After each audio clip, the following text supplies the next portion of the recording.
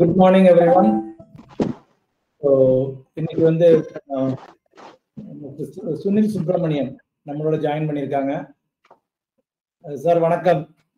வணக்கம். Good morning. Good morning. So நம்ம உள்ள போகிறதுக்கு முன்னால just small introduction. You are not new to our people, but anyway it is my pleasure to introduce you. Sunil Subramanian வந்து அவங்க financial மார்க்கெட்ல is more than for 40 years. Let me mute off. So he's serving in the financial industry for more than 40 years. State Bank of India, American Express Bank, Bank of America, United India Insurance, and finally, Sundaram Mutual Fund.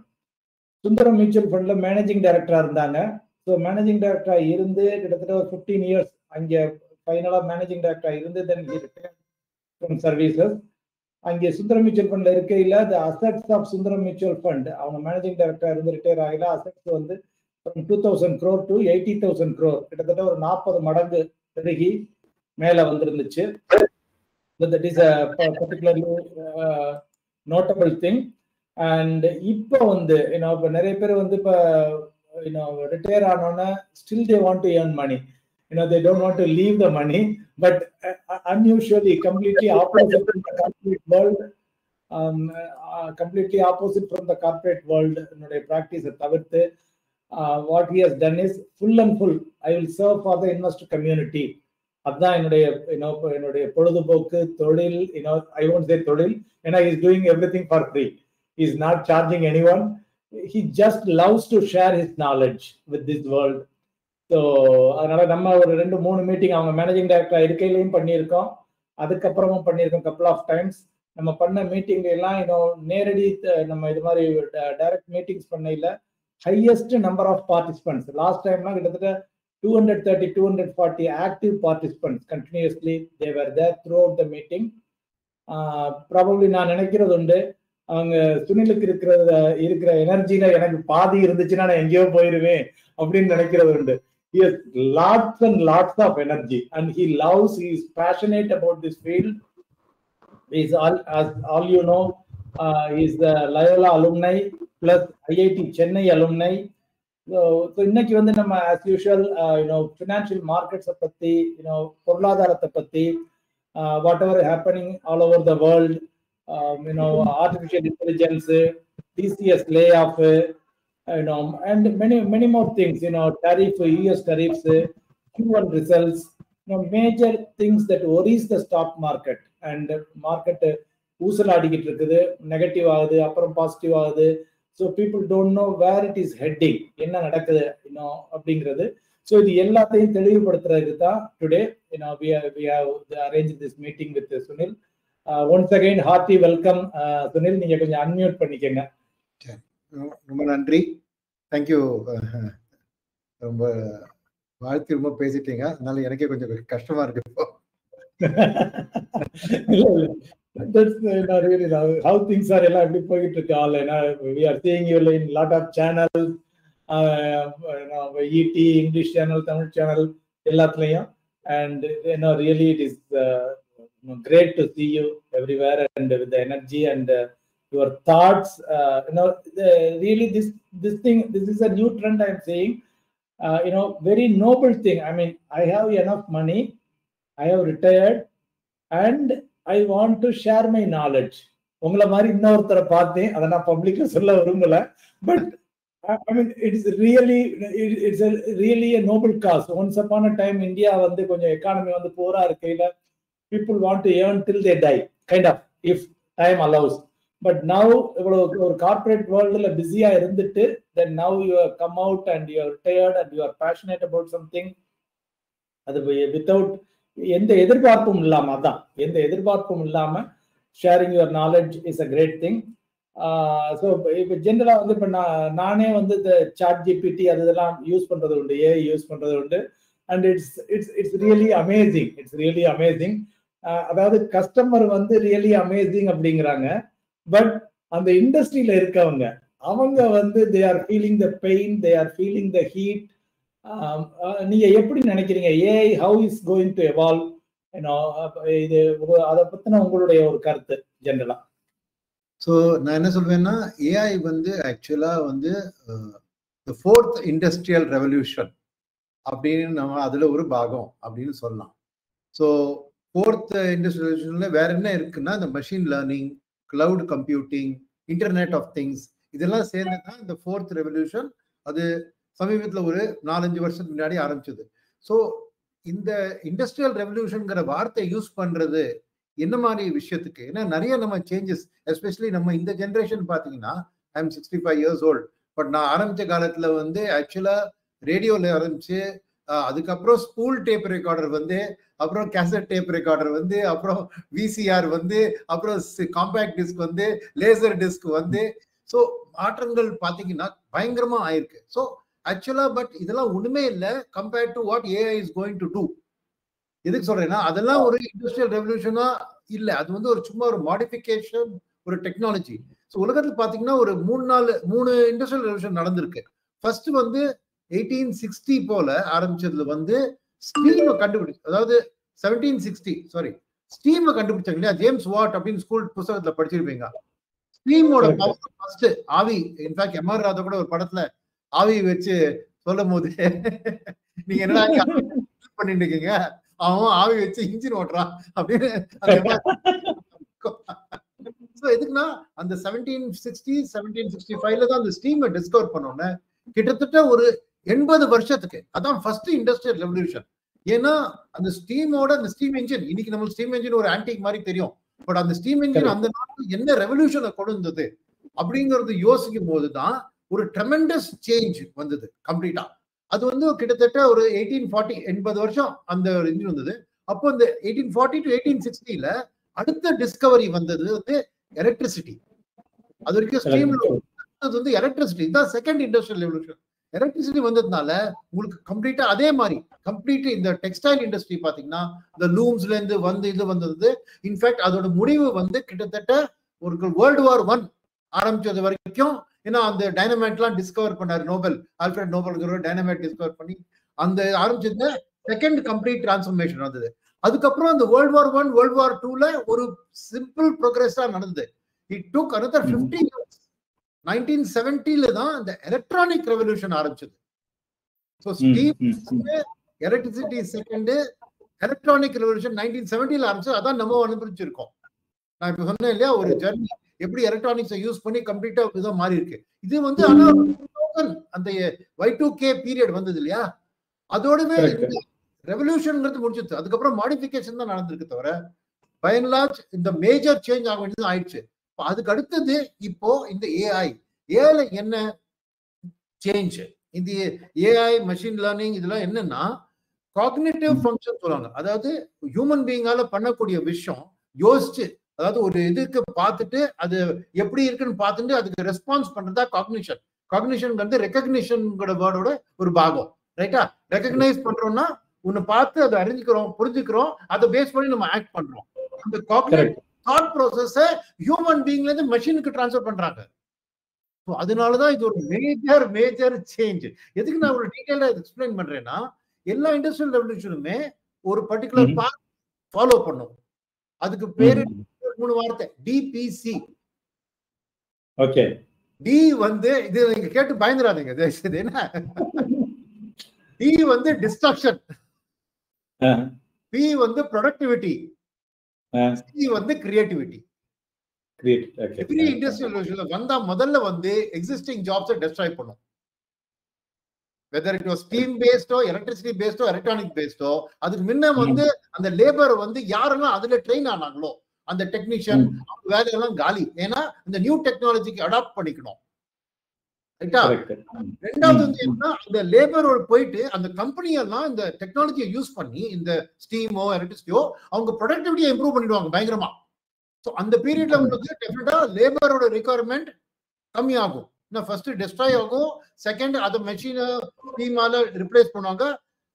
மூணாவது வந்து தான் creativity. அதாவது அந்த new productivity எல்லாம் வந்தப்புறம் அதோட benefits எல்லாம் ஓரளவுக்கு மார்ஜினலா குறைஞ்சுனா போகும் ப்ரொடக்டிவிட்டி. அப்போதான் அந்த கிரியேட்டிவிட்டி வரும். புது மாதிரியான ஜாப்ஸ் வந்து அது ஒரு நியூ ஜாப் ரெவல்யூஷனே கிரியேட் பண்ணும். நீங்க சொல்றது என்னால ஒன்னே ஒன்னு லேட்டஸ்டா ஒன்னு நான் யோசிச்சு பார்த்தேன்னா around 2000 if I am right 90s 2000ல வந்து இந்தியாவில் வந்து பப்ளிக் செக்டர் பேங்க் எம்ப்ளாயிஸ் பூரா கம்ப்யூட்டர் வந்துருச்சுன்னு சொல்லி பயங்கரமா ஸ்ட்ரைக் பண்ணாங்க. எங்க பார்த்தாலும் பேங்க் வெளியில நின்று ஸ்ட்ரைக் பண்ணாங்க, எல்லாம் பண்ணாங்க. பட் இன்னைக்கு ஒரு நம்ம 20-25 வருஷம் கழிச்சு பார்க்கல, அன்னைக்கு நம்பர் ஆஃப் எம்ப்ளாயிஸ் என்ன இருந்தாங்களோ அதை விட அதிகமான எம்ப்ளாயிஸ் இன்னைக்கு பேங்கிங் செக்டர்ல எம்ப்ளாய்டா இருக்காங்க. நீங்க எக்ஸ்பிளைன் பண்ணிட்டீங்க. அது எல்லாரும் புரிஞ்சுட்டு பேங்க்ல போய் ஒரு டிமாண்ட் டிராஃப்ட் எடுக்கிறதுக்கு கியூல நிக்கிறதுல இருந்து இன்னைக்கு வந்து பேங்க் விசிட் பண்ணாமயே ஒரு பேங்கிங் பண்ற அளவுக்கு வந்துட்டோம். வந்துருச்சு. பட் ஸ்டில் சோ அதுலதான் இப்ப ஐடி பத்தி எடுத்தீங்க. சோ இந்த இண்டஸ்ட்ரியல் ரெவல்யூஷன்ல இப்போ அந்த டிஸ்ட்ரக்ஷன் ஃபேஸ் ஆரம்பிச்சிருக்குன்னு என்னோட அபிப்பிராயம். ஆனா ஒரே நிமிஷம் சாவாஸ், ஏன்னா நீங்க டிசிஎஸ் பத்தி சொன்னீங்க. டிசிஎஸ்ல 16,000 எம்ப்ளாயிஸ் ஸ்டார்ட் பண்ணது வந்து அவருக்கு சிஇஓ வந்து கீர்த்திவாசன் இது ஐஏனால இல்ல அப்படின்னு அடிச்சு சொல்லிட்டாரு. சரியா? சோ என்ன இல்ல, ஆனா இண்டஸ்ட்ரியில பொதுவா கேட்டீங்கன்னா இது டெஃபினட்டா ஏஐயோட அந்த எம்ப்ளாயியோட டிஸ்பிளேஸ்மெண்டோட ஃபர்ஸ்ட் ஸ்டெப் ஆரம்பிச்சிருக்கு. சோ ஆக்சுவலா இந்த ரெவல்யூஷன்ல அந்த டிஸ்ட்ரக்ஷனே இன்னும் ஆரம்பிக்கல. இப்ப இருக்கிற டிசிஎஸ் சொல்றதை நம்பி இது பண்ணோம்னா அமெரிக்கால ஒரு ஸ்லோ டவுன், டாரிஃப்னால ஸ்லோ டவுன் வரதுனால அவங்களுக்கு ஏற்கனவே அந்த பிசினஸ் வாங்குறவங்க இருக்காங்க இல்லையா, அவங்க வந்து ப்ராஜெக்ட் எல்லாம் டிலே பண்றதுனால இவங்க எல்லாம் பெஞ்ச்ல உட்கார வச்சிருந்தாங்க. அதனால இப்ப சமீபத்துல அதுக்கு யூஸ் இருக்கிறதுனால அவங்களுக்கு வந்து வீட்டுக்கு அனுப்புறாங்க அப்படின்னு அவங்களோட இது கரெக்ட். அது கரெக்டாவும் இருக்கலாம். பட் அதற்காக நீ பாத்தீங்கன்னா இன்னொரு விஷயம்.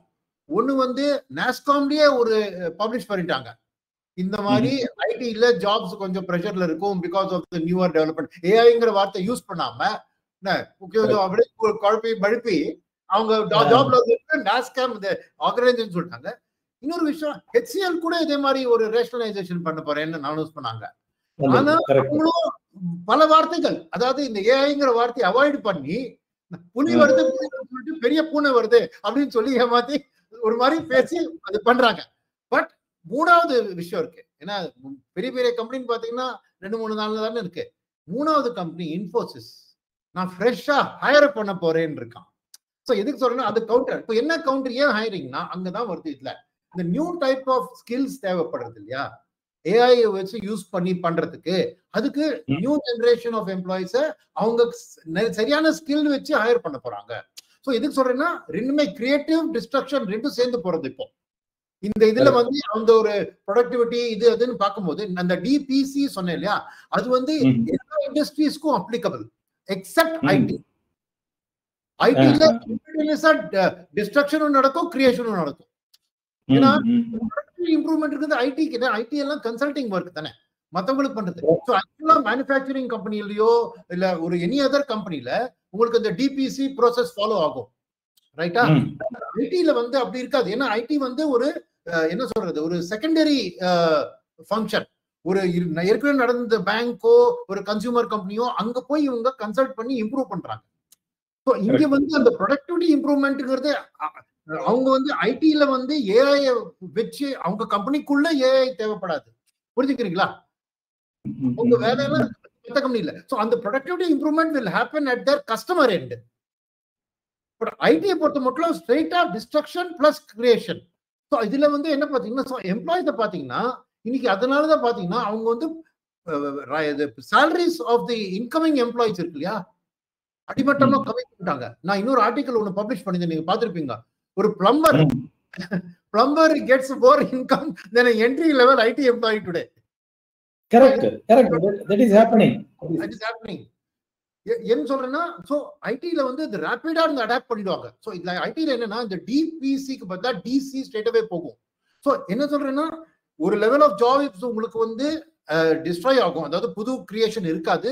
பட் இன்னொரு லெவல்ல புது கிரியேஷன் ஆரம்பிக்கும். பட் எக்ஸிஸ்டிங் ஐடி எம்ப்ளாயிஸ் இருக்காங்க இல்லையா, எந்த அளவுக்கு அவங்க சர்வைவல் ஆஃப் த ஃபிட்டஸ்ட், யாரெல்லாம் ஏஐ ஸ்கில்ஸ் ஸ்டடி பண்ணி தன்னை அப்கிரேட் பண்ணி இது பண்றாங்களோ அவங்களுக்கு எல்லாம் ஃபியூச்சர் நல்லா இருக்கும்.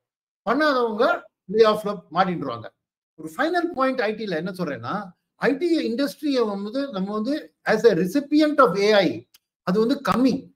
ஆக்சுவலா ஐடில இது சப்சே எல்லாத்தோடய பெரிய ஆப்பர்ச்சுனிட்டி. ஏன்? ஏன்னா அந்த ஏஐ கன்சல்டிங் இருக்கு இல்லையா, இப்போ ஒரு மேனுஃபேக்சரிங் கம்பெனிக்கோ ஒரு பேங்க்குக்கோ எப்படி நாங்க ஏஐ பயன்படுத்தி எங்க ப்ரொடக்டிவிட்டியை இம்ப்ரூவ் பண்ணலாங்கிறதுக்கு ஒரு ஐடி கம்பெனி தான் போய் அந்த வேலையை கன்சல்டிங் பண்ணணும். ரொம்ப பெரிய ஆப்பர்ச்சுனிட்டி. பட் அதுக்கு இவங்ககிட்ட சரியான எம்ப்ளாயிஸ் தேவை. ஸோ ஃபர்ஸ்ட் இவங்க ஒரு ரீஹைரிங்ல retraining of the existing employees, fresh ஹைரிங்ல அந்த ஏஐ ஸ்கில்ஸ் வாங்கிட்டாங்கன்னா இந்த AI consulting for the end user industry அதுல ஐடிக்கு it's a huge opportunity. But ஒரு பீரியட் ஆஃப் பெயின் போயிட்டு தான் அந்த கெயின் வரும்.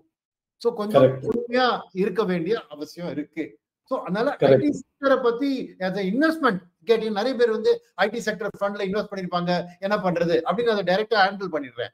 என்னன்னா இன்னைக்கு இந்த ஒரு ஆன்கோயிங் வேவ் மார்க்கெட் பார்ட்டிசிபென்ட்ஸ்க்கு தெரிஞ்சு போச்சு கொஞ்ச நாளாவே. ஏன்னா எஃப்ஐஐஸ் கொஞ்ச நாளாவே இந்தியன் மார்க்கெட்ல கொஞ்சம் ஐடி ஷேர்ஸை வித்துட்டே இருந்திருக்காங்க. டிஐஎஸும் அந்த அளவுக்கு வாங்காம இருந்திருக்காங்க. ஏன்னா எஃப்ஐஐஸ்க்கு என்னன்னா அவங்களுக்கு அந்த யூசர் கம்பெனில என்ன நடக்கிறதுன்னு நல்லா தெரியும். ஐடி செக்டர் வேர் அந்த எஃப்ஐஐக்கு அவனோட கஸ்டமர் கூட கஸ்டமர் இவனுக்கு, புரிஞ்சுக்கிறீங்களா? சோ ஐடி கம்பெனி என்ன சொல்றானோ அதை அவங்க கவுண்டர் செக் பண்றதுக்கு அவங்களுக்கு அங்க வந்து அக்சஸ் இருக்கு. தெரிஞ்சுடுச்சு அங்க வந்து ஐஏயோட எஃபெக்ட் தெரியறது. அதனால ட்ரெடிஷனல் ஐடி சர்வீசஸோட பிசினஸ் கம்மி பண்ணுவாங்க. ஆனா ஏஐ ரிலேட்டட் சர்வீஸ் சோ இங்க வந்து பாத்தீங்கன்னா mid and small cap IT companies வந்து அவங்க ஷேர் பிரைஸ் ஏறி இருக்கு. ஏன்னா அவங்க எல்லாம் ஏஐ எனேபிள் பண்ணி ஏஐ கன்சல்டிங்ல குயிக்கா மூவ் பண்ணிட்டாங்க. ஏன்னா ஸ்மால் கம்பெனிஸ் தான் ஒரு அடாப்டலா குயிக்கா அந்த நியூ ட்ரெண்டுக்கு கேப்சர் பண்ணிட்டாங்க. பெரிய பெரிய கம்பெனி எல்லாம் அவங்க வந்து பழைய மாடலையே இன்னும் வச்சு எந்த அளவுக்கு அதை போட்டு செத்தப்பாம்பு அடிக்கிற மாதிரி அடிச்சு பணம் பண்ணலாம்.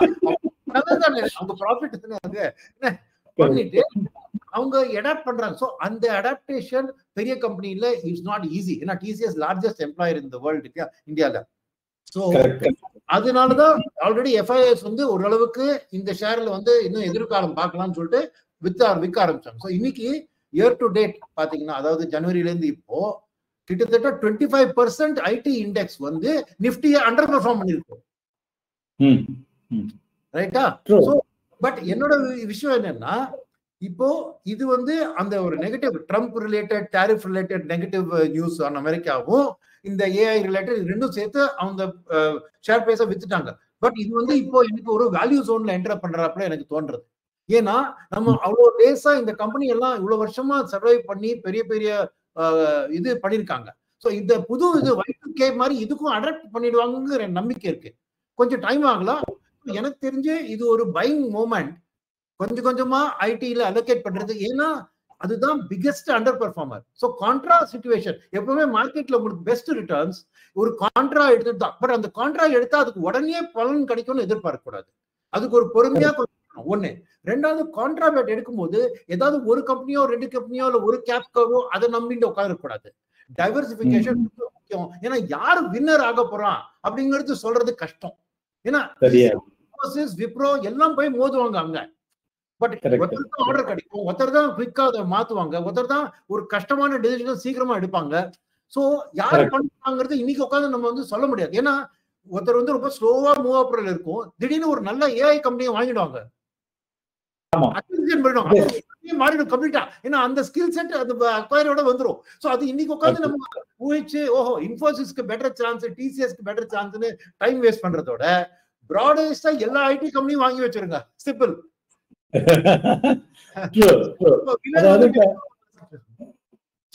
இப்ப ஐடி ஓகே லே ஆஃப் இப்ப நம்ம டிஸ்ட்ரக்ஷன் ஃபேஸ்ல இருக்கோம். we have to undergo the pain. Companies, employees அவங்க ரீஸ்கில் பண்ணிக்கணும். all those things it has come out generally. இது ஒரு pain point and it is time to I am with you. Contrast situation, it is time to enter IT sector for the high risk high reward investors. So அது கிராஜுவலா நீங்க சொல்ற மாதிரி ஒரு basket of probably IT mutual ஃபண்ட்ல IT sector mutual ஃபண்ட்ல கிராஜுவலா investment பண்ணிக்கிறது would be a better thought. I was thinking to send the idea to our investors as well. But இது ஒரு பக்கம் இது போய்கிட்டு இருந்தாலும் இப்ப இன்னொன்னு அனதர் டைம் பாம் வந்து விடுகிறது வந்து இப்ப இந்த 25% டேரிஃப் சில நாடுகளுக்கு 19% இருக்கு, 15% இருக்கு, 10% இருக்கு. இந்தியாவுக்கு வந்து I think they're expecting, if I am right, some 10 to 20% பிராக்கெட்ல எதிர்பார்த்துக்கிட்டு இருந்தாங்க. 25%ல வந்திருக்குது.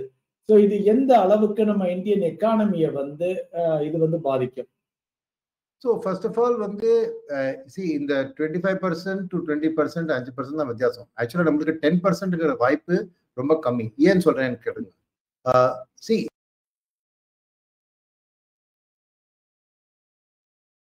இதோட ஃபர்ஸ்ட் ஒரு 2 minutes எடுத்துட்டு நான் இந்த ஒரு டாரிஃபோட அடிப்படையை கொஞ்சம் எக்ஸ்பிளைன் பண்ணிடுறேன். ரைட்டா? ஹலோ, விழுறதா காதுல? இடையில கொஞ்சம் கட் ஆச்சு. It's fine. யா. ஸோ என்ன சொல்றேன்னா, இந்த டாரிஃப் ஏன் இந்த டாரிஃப் வந்தது அது தெரிஞ்சுக்கிறது முக்கியம். ஏன்னா இல்லைன்னா சும்மா 25 versus 20 versus 19 சும்மா நம்ம வந்து மாற்றத்தோட இதோட லாஜிக் என்ன, ஏன் இந்த டாரிஃப் பிரச்சனை வந்ததுன்னா வெரி சிம்பிளா நான் எக்ஸ்பிளைன் பண்றேன். ரைட்டா? யுஎஸ் வந்து ஒரு ஹை பர் கேபிட்டா ஜிபிக்கு கன்சம்ஷன் ட்ரிவன் எக்கானமி. ஸோ அவங்களுக்கு இன்கம் ஹையா இருந்து நிறைய பொருள், பெரிய பெரிய பொருள் வாங்கணும்னு ஆசை இருந்து, ஆனா அவங்களோட பர் கேபிட்டா இன்கம் ஹையா இருக்கிறதுனால அவங்க பர் கேபிட்டா வேஜஸும் ஹையா இருக்கு, அவங்க லேபர் சப்ளையும் கம்மியா இருக்கிறதுனால அவங்க வெளிநாட்டு எமர்ஜிங் மார்க்கெட் டெவலப்மெண்ட் கண்ட்ரீஸ்ல தான் அவங்களுக்கு இந்த ப்ரொடக்ஷன் பண்ணி வாங்கக்கூடிய நிலைமை ரொம்ப வருஷத்துக்கு முன்னாடியே வந்துடுச்சு. அதுல வந்து என்ன ஆயிடுச்சுன்னா, சைனா வந்து பந்திக்கு முந்திட்டான். ஏன்னா அது ஒரு டிக்டேட்டர்ஷிப். ஒரு வாரத்துல ஒரு கடினமான டெசிஷன் எடுத்து அதை இம்ப்ளிமெண்ட் பண்ணி உதச்சு ஆர்டர் பண்ணிட்டான். ஸோ என்ன இதுல விஷயம், எப்படி இந்த இது வந்ததுன்னா, இன்னைக்கு இருக்கிற நிலைமை சொல்றேன். ஏன்னா ஒரு 20 வருஷம் முன்னாடியே இந்த இது ஆரம்பிச்சுடுச்சு. இன்னைக்கு இருக்கிற நிலைமை, ஏன்னா அதுக்கு முன்னாடி இன்னமும் மோசமா இருந்தது. இன்னைக்கு இருக்கிற நிலைமையை கொஞ்சம் டிஸ்கஸ் பண்ணிடலாம்.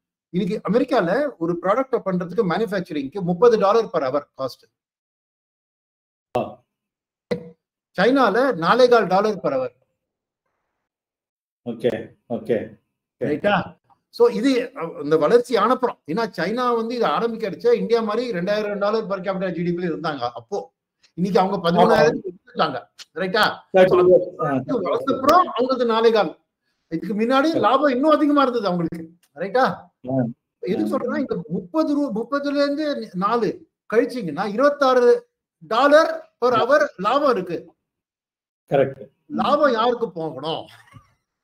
வாங்குறவனுக்கா விற்கணுக்கா? அதாவது இந்த பையர்ஸ் மார்க்கெட் வந்து செல்லர்ஸ் மார்க்கெட். ஒரிஜினலா ஆரம்பிச்ச போது இது செல்லர்ஸ் மார்க்கெட்டா இருந்தது. அதாவது சைனா மாதிரி என்ன விட்டா அவங்ககிட்ட வேற வழி கிடையாது, நான் சொன்ன வேலை தான் வாங்கி ஆகணும். அமெரிக்காவுக்கும் வேற வழி இல்லை. ஏன்னா வேற யாரும் எந்த நாடும் அந்த அளவுக்கு ஒரு கான்சென்ட்ரேட்டடா எடுத்து எஃபர்ட் எடுத்து டெக்னாலஜி இம்ப்ரூவ் பண்ணி அந்த ஃபாரின் மல்டிநேஷனல்ஸ் இருக்காங்களா, ஆப்பிள் அந்த மாதிரி கம்பெனியை வர வச்சு எங்க ஊர்ல உற்பத்தி செய்யுங்க, எங்க சீப் லேபரை யூஸ் பண்ணுங்க, ரொம்ப குவிக்கா எல்லாம் ஆக்ஷன் எடுத்து சைனா பண்ணி முடிச்சதுனால சாய்ஸ் இல்லை, ஒரு மொனோபொலி மாதிரி ஆயிடுச்சு சைனாக்கு to supply to America. So இந்த $26 என்னோட அபிப்பிராயம் என்ன, இன்னைக்கு டேட்ல $20 சைனா பக்கமும் $6 அமெரிக்காவுக்கு லாபம். அவ்வளவுதான் வித்தியாசம். அமெரிக்காவுக்கு தான் வந்தது. அதனால என்னாச்சு, அமெரிக்காவுக்கு ஹெவி பாரோயிங் பண்ணக்கூடிய நிலைமை ஆயிடுச்சு ஆஸ் a nation. இல்லையா? அதனால அமெரிக்கா வந்து பாத்தீங்கன்னா டெட்ல டவுன்கிரேட் ஆயிட்டாங்க. 125% ஆஃப் ஜிடிபி அவங்க பாரோயிங். என்ன இந்த நிலைமையில போய் மாட்டின்னு இருக்கிறதுனாலதான் ட்ரம்ப் என்ன சொன்னார்னா, அவர் இன்னைக்கு சொல்லல, 1987லயே யூடியூப்ல போய் பாருங்க, ஒரு ஒப்ரா வின்ஃப்ரி அப்படின்னு ஒரு ஸ்டாக் ஷோ இவங்க இருக்காங்க, ஒரு இன்டர்வியூ கொடுத்தாங்க 1987ல. அப்பவே சொன்னாரு, அப்ப இருக்கிற நிலைமைக்கு ஜப்பான் வந்து எங்களை ரிப் ஆஃப் பண்றான். அப்போ வந்து ஜப்பான் தான் விசிஆர்ல இருந்து சோனியோட இது ப்ராடக்ட்ஸ்ல இருந்து அப்பவே அவரோட அபிப்பிராயம் என்னன்னா, நான் தான் வாங்குறவன், நான் தான் டிசைட் பண்ணும் என்ன பிரைஸ், எவ்வளவு ப்ராஃபிட் நீ வச்சுப்ப, எவ்வளவு எனக்கு காஸ்ட் ரிடக்ஷனா பாஸ் ஆன் பண்ணு, நீ எப்படி டிசைட் பண்ணலாம். ஆனா வேற வழி இல்லாம நாடு மாட்டிருந்தது. ட்ரம்ப் என்ன சொன்னார்னா, நான் பவர்ல வந்தோடனே இதை வந்து நான் ரேஷனலைஸ் பண்ணுவேன். உங்களால எனக்கு பாரோயிங் ஏறுறது, எங்க நாட்டுல இருக்கிற என்ன மேனுஃபேக்சரிங் வாய்ப்பு இருக்கும் அதெல்லாம் உங்க நாட்டுக்கு மாறிடுச்சு. எங்க நாட்டுல வேலை வாய்ப்பு எல்லாம் கம்மி ஆயிடுச்சு அப்படிங்கிற ஒரு டெசிஷன்ல தான், தாட் ப்ராசஸ்ல தான் அவர் ரொம்ப நாளாவே இருக்காரு. ஃபர்ஸ்ட் டேர்ம்ல ஃபுல்லா அதை இம்ப்ளிமெண்ட் பண்ண முடியல, செகண்ட் டேர்ம்ல இதுதான் எனக்கு லாஸ்ட் டேர்ம்ல இதை தீவிரமா இம்ப்ளிமெண்ட் பண்ண முயற்சி பண்ணார். அதை வச்சுதான் அவர் ஓட்டே வாங்கியிருக்காரு. என்ன சொல்லியிருக்காரு, நான் வந்து திருப்பி ஜாப்ஸ் அமெரிக்கா கொண்டு வருவேன், மேக் அமெரிக்கா கிரேட் அகெயின். ரைட்டா? திருப்பி ஜாப்ஸ் கொண்டு வருவேன், அண்ட் உங்களுக்கு விலையாவும் நான் எல்லாம் கம்மியா பண்ணி கொடுப்பேன். இது ரெண்டுமே அவர் ஒரு ப்ராமிஸ் பண்ணிட்டு தான் இந்த பவருக்கே வந்திருக்காரு. அதை வந்து as a businessman அவரை இம்ப்ளிமெண்ட் பண்ண பாக்குறாரு. அதனால இந்த டாரிஃப் வந்து ஒரு லெவலிங் த பிளேயிங் ஃபீல்ட். இல்லைன்னா என்ன ஆச்சுன்னா இங்கிலீஷ்ல ஒரு இது இருக்கு, the slave becomes the master of the master. Master is completely dependent on the slave. Correct ரைட்டா? சைனா இன்னைக்கு அமெரிக்காவை கண்ட்ரோல் லார்ஜஸ்ட் பாத்தீங்கன்னா யூஎஸ் டேட்டா ஹோல்ட் பண்றவங்க ஜப்பான் 1 ட்ரில்லியனும் சைனா 800 பில்லியனும். அவங்க தான் அந்த யூஎஸ் டேட்டா பலன் பண்ணி இன்னைக்கு China is the biggest lender to along with Japan biggest lender to America. எப்படி the slave has become the master of the master. அத சென்ட்ரலைஸ் ட்ரம்ப். ஓகே, சோ எதுக்கு சொல்ல வரேன்னா இப்போ அதுதான் அவரு அந்த ப்ராஃபிட்ல எனக்கு பங்கு வேணும்னா அந்த டாரிஃப் போட்டு தான் அந்த பங்கை தம் பக்கம் இழுக்க பாக்குறாரு. புரிஞ்சுக்கிறீங்களா? இதனால இப்போ என்ன எந்த அளவுக்கு இது பண்ண முடியும் என்ன பார்க்கும்போது டோட்டலா இன்னைக்கு அமெரிக்கால இம்போர்ட் பண்றது $3.25 ட்ரில்லியன். அமெரிக்கால இருந்து எக்ஸ்போர்ட் ஆகுது $2 trillion. So net America trade deficit வந்து $1.2 ட்ரில்லியன். ஓகே, 3.2 - 2. எதுக்கு சொல்ல வரேன்னா அவங்க போடுற டாரிஃப் வந்து 3 ட்ரில்லியன் மேல போடுறாரு. ஏன் அதுல 3 ட்ரில்லியன் மேல தான் போடுறாரு எல்லா இம்போர்ட்ஸ் மேலயும். ஏன்னா ஆவரேஜா 20% வச்சா கூட அவருக்கு வருஷம் $600 பில்லியன் இன்கம் வரும். அந்த $600 பில்லியன் இன்கம் வச்சு அவர் பிஸ்கல் டெபிசிட்ட குறைக்கலாம், டெட்டை குறைக்கலாம். ஒண்ணு. ரெண்டாவது ஒரு பிக் பில் பாஸ் பண்ணிருக்காரு அமெரிக்கன் மக்களுக்கு பணத்தை திருப்பி கொடுக்கறதுக்கு. பாத்தீங்கன்னா 2 ஹவுஸ் ஆஃப் பார்லிமெண்ட் ஒரு ஓட்டால பாஸ் ஆச்சு. அதுக்கு பணம் செலவிக்க தேவையில்லை. ஏன்னா இவரு அவரோட ஓட் பேங்க்கு திருப்பி பணம் கொடுக்கணுமே. ஆமா, அதுதான் இந்த வருஷம் $600 பில்லியன் இன்கம் வச்சுதான் அதை சர்டிஃபை பண்ண போறாரு. அதனால தான் ஒரு டாரிஃபோட அது இது ஒரு லாஜிக். இப்போ வந்து என்னன்னா நம்ம யோசிக்கிறோம் என்னடா ஏன் இந்தியாவை கடைசியில வச்சிருக்காருங்கிறது. ஏன்னா முதல்ல சைன் பண்ணிட்டாரு Japan, Korea, European union, Britain எல்லா பெரிய பெரிய நாடும் இருக்காரு. சைனாவோட ஒரு அளவுக்கு ஒரு வந்திருக்காங்க, இன்னும் ஃபைனலா சைன் ஆகல. ஏன்னா இந்த $1.2 ட்ரில்லியன் டெபிசிட்ல இந்தியாவோடது 50 பில்லியன் தான். 4% தான். அவருக்கு ஏன் 4% இந்த சின்ன எளிய பிடிச்சிருக்கோம். அவருக்கு இப்ப அவசரம் இல்லை. அவருக்கு வேண்டியது இந்த பெரிய பெரிய China $350 billion surplus, European union $450 billion surplus, Canada, Mexico இவங்க தான் பெரிய சர்ப்ளஸ். அங்க கை வச்சாதானே அவருக்கு இன்கம் கொஞ்சம் வரும். இந்தியாவோட 50 பில்லியன்ல என்ன டாரிஃப் போட்டாலும் என்ன இன்கம் வந்து அவருக்கு என்ன ஆக போறது? அவருக்கு இந்தியாவோட இம்பார்ட்டன்ட் கிடையாது. ஆனா இந்த டாரிஃப் பொறுத்த மட்டும் அதான் எக்ஸ்பிளைன் பண்றேன் உங்களுக்கு. ஆனா எதுல இந்தியா இம்பார்ட்டன்ட்? 2 விஷயம். ஒண்ணு நான் சொன்னேன் $30 $4.25. 30 அமெரிக்கால மேனுபேக்சரிங் காஸ்ட், $4.25 சைனால மேனுபேக்சரிங் காஸ்ட். இந்தியால வந்து $1.5. சோ எதுக்குன்னா அவருக்கு என்னன்னா சைனால வாங்குறதுக்கு பதிலா லாங் டர்ம்ல இந்தியாவுக்கு ஷிஃப்ட் பண்ணா இன்னும் அந்த $2 எனக்கு $1, இந்தியாவுக்கு $1 கிடைக்கலாமே. ரெண்டாவது சைனா வந்து ஒரு பொலிட்டிக்கலா இப்போ emerging as a super power. So அதை கண்ட்ரோல் பண்றதுக்கு தான் இந்த குவாட்னு ஒரு இதை ஃபார்ம் பண்ணி இந்தியா, ஆஸ்திரேலியா, ஜப்பான், அமெரிக்கா சேர்ந்து பொலிட்டிக்கலாவும் அவங்களுக்கு India is important to counter China. ரெண்டாவது விஷயம். மூணாவது என்னன்னா ஒரு பீரியட் ஆஃப் நெக்ஸ்ட் 20 years சைனாவோட அவங்க வந்து இதே லெவல் ஆஃப் சிச்சுவேஷன் கண்டினியூ ஆக வாய்ப்பு இல்லை. ஏன்னா சைனா வந்து 1 family 1 child பாலிசியை இம்ப்ளிமெண்ட் பண்ணதால அவங்க லேபர் போர்ஸ் குறைஞ்சுட்டே போறது. 2017 இருந்து சைனாவோட லேபர் ஒர்க்கிங் போர்ஸ் இறங்கிட்டே போறது. ஏன்னா புது குழந்தைகளோட உற்பத்தி இல்ல. அடுத்த 20 வருஷத்தை சும்மா டைம் ஃப்ரேம் எடுத்துட்டோம்னா சைனால 12 கோடி மக்கள் ஒர்க் போர்ஸ்ல இருந்து வெளியில போறாங்க. ஆனா அதே சமயத்துல இந்தியால 15 கோடி மக்கள் ஒர்க் போர்ஸ்குள்ள நுழைய போறாங்க. இது மூணாவது விஷயம். சோ ஃபர்ஸ்ட் நான் சொன்னது இந்த ஒரு additional saving because of cost advantage from India. ரெண்டாவது politically India is important to counter China இந்த மீடியம் டேர்ம். மூணாவது லேபர் சப்ளை பொறுத்த மட்டும் இந்தியாவை மேட்ச் பண்றதுக்கு எந்த நாடும் இல்ல. நியரஸ்ட் நாடு இந்தோனேஷியா 1.2. நம்மளுக்கு வந்து 15 crore அவங்களுக்கு 1.2 crore தான் அடிஷனல் வருது இந்தோனேஷியாவுக்கு. சோ எந்த நாடு இதோட 4வது பாயிண்ட் ஒண்ணு இருக்கு. 4வது பாயிண்ட் என்னன்னா அவங்களுக்கு இந்தியா ஒரு பெரிய மார்க்கெட். இப்ப அமெரிக்கால உற்பத்தி பண்ண போறேன்னு சொல்லிட்டு இந்தியா அதை வந்து எங்கேயாவது விற்கணுமே. இந்தியன் மிடில் கிளாஸ் சைனாவை ஓவர்டேக் பண்ணி விடுது நம்பர் ஆஃப் பீப்புள். ரைட்டா? உங்களுக்கு இந்தியா ஒரு பெரிய மார்க்கெட், அதனால இந்தியா இம்பார்ட்டன்ட். ஓகே ரைட்டா? சோ இதனாலதான் இந்தியாவை கடைசியா வச்சு அல்டிமேட்டா ஒரு டீல் சால்வ் பண்ணிடுவாங்க. பட் அவசரம் இல்லை, ஏன்னா இன்னைக்கியோட இம்மீடியட் பினான்சியல் இம்பாக்ட் அதிகமா வராது இந்தியால இருந்து. பட் ஃபியூச்சருக்கு இந்தியா இம்பார்ட்டன்ட். ஆனா அதுக்கு வந்து இந்தியா வந்து தன்னோட மார்க்கெட்டை ஓபன் பண்ணாதான் அவங்களுக்கு வேல்யூ இந்தியால. இப்ப இந்தியா நம்ம மார்க்கெட்டை மூடிட்டீங்க. ஏன்னா இந்தியால என்ன ப்ராப்ளம் சொல்றேன், லார்ஜஸ்ட் மிடில் கிளாஸ் வேர்ல்ட்ல இந்தியாட்ட இருக்கு. ஆனா என்ன பிரச்சனை தெரியுமா, நம்ம நாட்டோட வளர்ச்சியில என்ன நம்ம ஈவனா வளர்ச்சி வளரல, போலரைசேஷன் பயங்கரமா நடந்திருக்கு.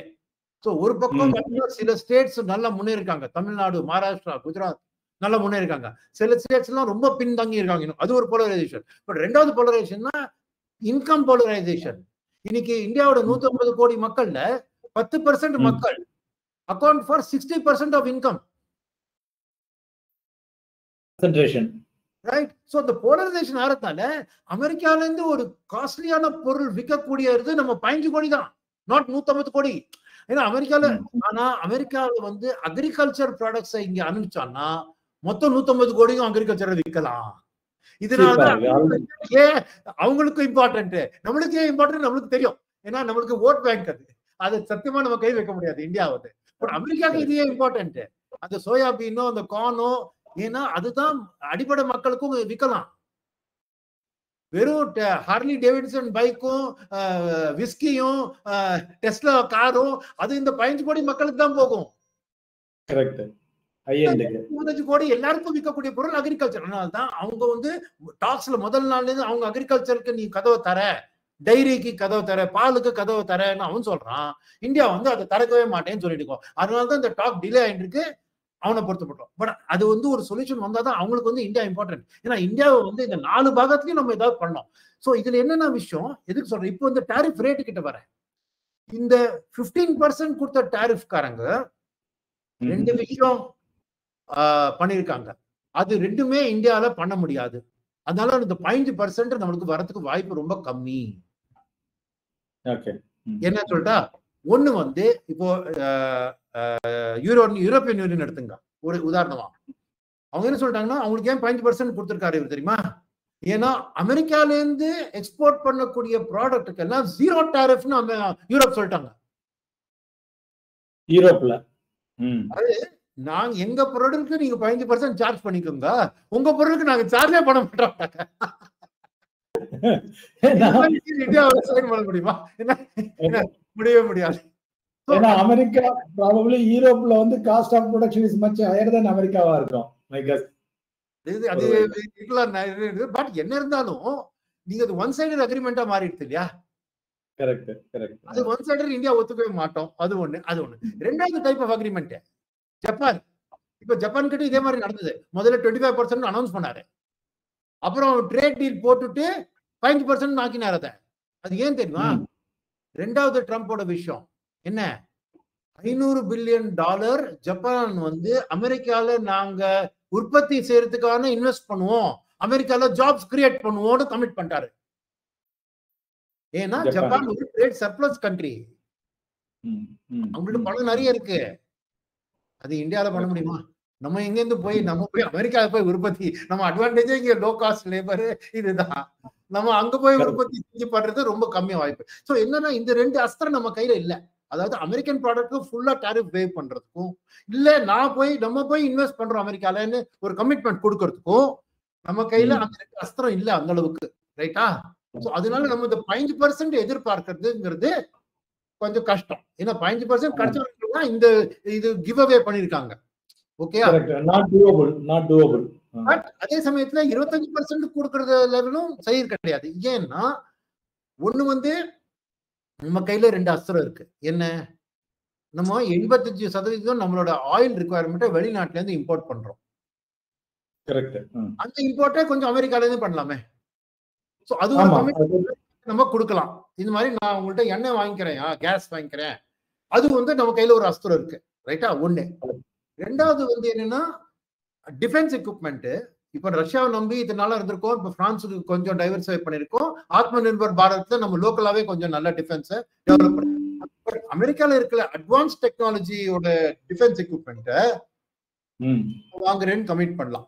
ஒரு F-35 பிளேன், பெரிய பெரிய இது 2 அஸ்திரம் இருக்கு. பட் அது பயன்படுத்த வேண்டியது சரியான நேரத்துல சரியான லெவல்ல பயன்படுத்தணும். அந்த 25% குறைக்கிறதுக்கு எனக்கு தெரிஞ்சு ஒரு 19-20 வரைக்கும் வாய்ப்பு இருக்கு. அது ஏன் 19-20 நம்ம நாட்டுல அதை எதிர்பார்க்கிறோம்னா, நம்மளுக்கு கம்பீட் பண்ற இப்ப எந்த இண்டஸ்ட்ரியில நம்மளுக்கு இதோட பாதிப்பு ரொம்ப அதிகம்னு பாத்தீங்கன்னா, textile, leather, gems and jewellery, automobile, இது 4 தான் நம்ம எக்ஸ்போர்ட் பண்றோம் அமெரிக்காக்கு ஓரளவுக்கு. ரைட்டா? இன்ஃபேக்ட் ஜெம்ஸ் அண்ட் ஜுவல்லரி தெரிஞ்சு நம்மளுக்கு 13% அமெரிக்காவோட டோட்டல் ஜெம்ஸ் அண்ட் ஜுவல்லரி இம்போர்ட்ல நம்மளுக்கு 13% ஷேர் இருக்கு. ஸோ அது ரொம்ப முக்கியமான இண்டஸ்ட்ரி. மற்றதுல நம்ம ஷேர் ஒரு 2% 3% தான் அவங்களோட எக்ஸ்போர்ட்ல. பட் நம்மளுக்கு அது பெரியது. அதுல கம்பீட் பண்ற நாடோட நம்மளோட டாரிஃப் சமமா கிடைச்சா நம்ம சந்தோஷமா இருக்கணும். ஒரு அட்வான்டேஜ் கிடைக்கலனாலும் அட்வான்டேஜ்க்கு முயற்சி பண்ணுவாங்க டாக்ஸ்ல, நோ டவுட். ஸோ எனக்கு தெரிஞ்சு அப்போ இப்போ இருக்கிற டாரிஃபோட சூழ்நிலை என்னன்னு பாத்தீங்கன்னா, ஸோ அதனால தான் ட்ரம்ப் வந்து கண்ணாபின்னான்னு வார்த்தை யூஸ் பண்ணி நம்மள டெட் எக்கானமின்னு கூப்பிட்டு நீங்க வந்து ஒப்னாக்சியஸ் அப்படிங்கிற வார்த்தையெல்லாம் யூஸ் நமக்கு உசுப்பு ஏறித்திருக்கு. நமக்கு ஒரு மாதிரி கவர்மெண்ட்டை நம்ம வந்து பாராட்டணும். பியூஷ் கோயலும் சரி, பிரஸ் ரிலீஸும் சரி, ஒரு சாந்தமா அதுக்கு பதில் கொடுத்து நம்ம ஆகட்டும் பார்க்கலாம், காமராஜ் ஸ்டைல்ல ஆகட்டும் பார்க்கலாம் பேச்சுவார்த்தை அப்படின்னு நல்லபடியா ஹேண்டில் பண்ணி 3வது வாரம் ஆகஸ்ட் 3rd வீக்ல இந்த யுஎஸ் டீம் வருது. ஸோ என்னோட நம்பிக்கை என்னன்னா, இந்த ட்ரேட் டீல் 3 பாகத்துல முடியும், 3 பார்ட்ல முடியும். ஃபர்ஸ்ட் பார்ட் இந்த ஆகஸ்ட்ல இருக்கிற ஒரு பேச்சுவார்த்தை வச்சு ஒரு வாரம் 10 நாளுக்குள்ள செப்டம்பர் 1st வீக்ல ஓரளவுக்கு ஈஸியான இருக்கிற மேட்டரை சால்வ் பண்ணிடுவோம். அதுக்கப்புறம் சில கொஞ்சம் கஷ்டமா இருக்கிறதுக்கு இன்னொரு 2-3 மாசம் எடுத்து வருஷ கடைசிக்குள்ள பண்ணுவோம். சில வெரி இம்பார்ட்டன்ட் மேட்டர்லாம் ஒரு மாதிரி அபயன்ஸ்ல வச்சு ஒரு 6 மாசம் கழிச்சு சால்வ் ஆகிற மாதிரி இருக்கும். அதெல்லாம் தான் இந்த அக்ரிகல்ச்சர் அது ரொம்ப சென்சிட்டிவ். ஏன்னா இங்க பொலிட்டிக்கலி இங்க இம்பார்ட்டன்ட் இல்லையா? ஏற்கனவே அந்த டெட்னு சொல்லிட்டு இங்க அப்போசிஷன் பார்ட்டி ஆமா டெட்னு ஒத்துட்டாங்க. நான் எதுக்கு இதெல்லாம் சொல்றேன்னா, எனக்கு தெரிஞ்சு இந்த டாரிஃப் வந்து ஏதோ ஒரு லெவல் 20% கீழே வர்றது கொஞ்சம் கஷ்டம் தான். வந்தா நல்லா பாராட்டலாம், மார்க்கெட்டிங்கா பறந்துரும். சரியா? 25-20% வந்தா ஒரு சமமான நிலை. அதுலயும் நம்ம நாட்டுக்கு இம்பார்ட்டண்டா போக்கஸ் பண்ண வேண்டியது நம்ம நாட்டுல ப்ரொடக்டிவிட்டியை இம்ப்ரூவ் பண்ணணும்.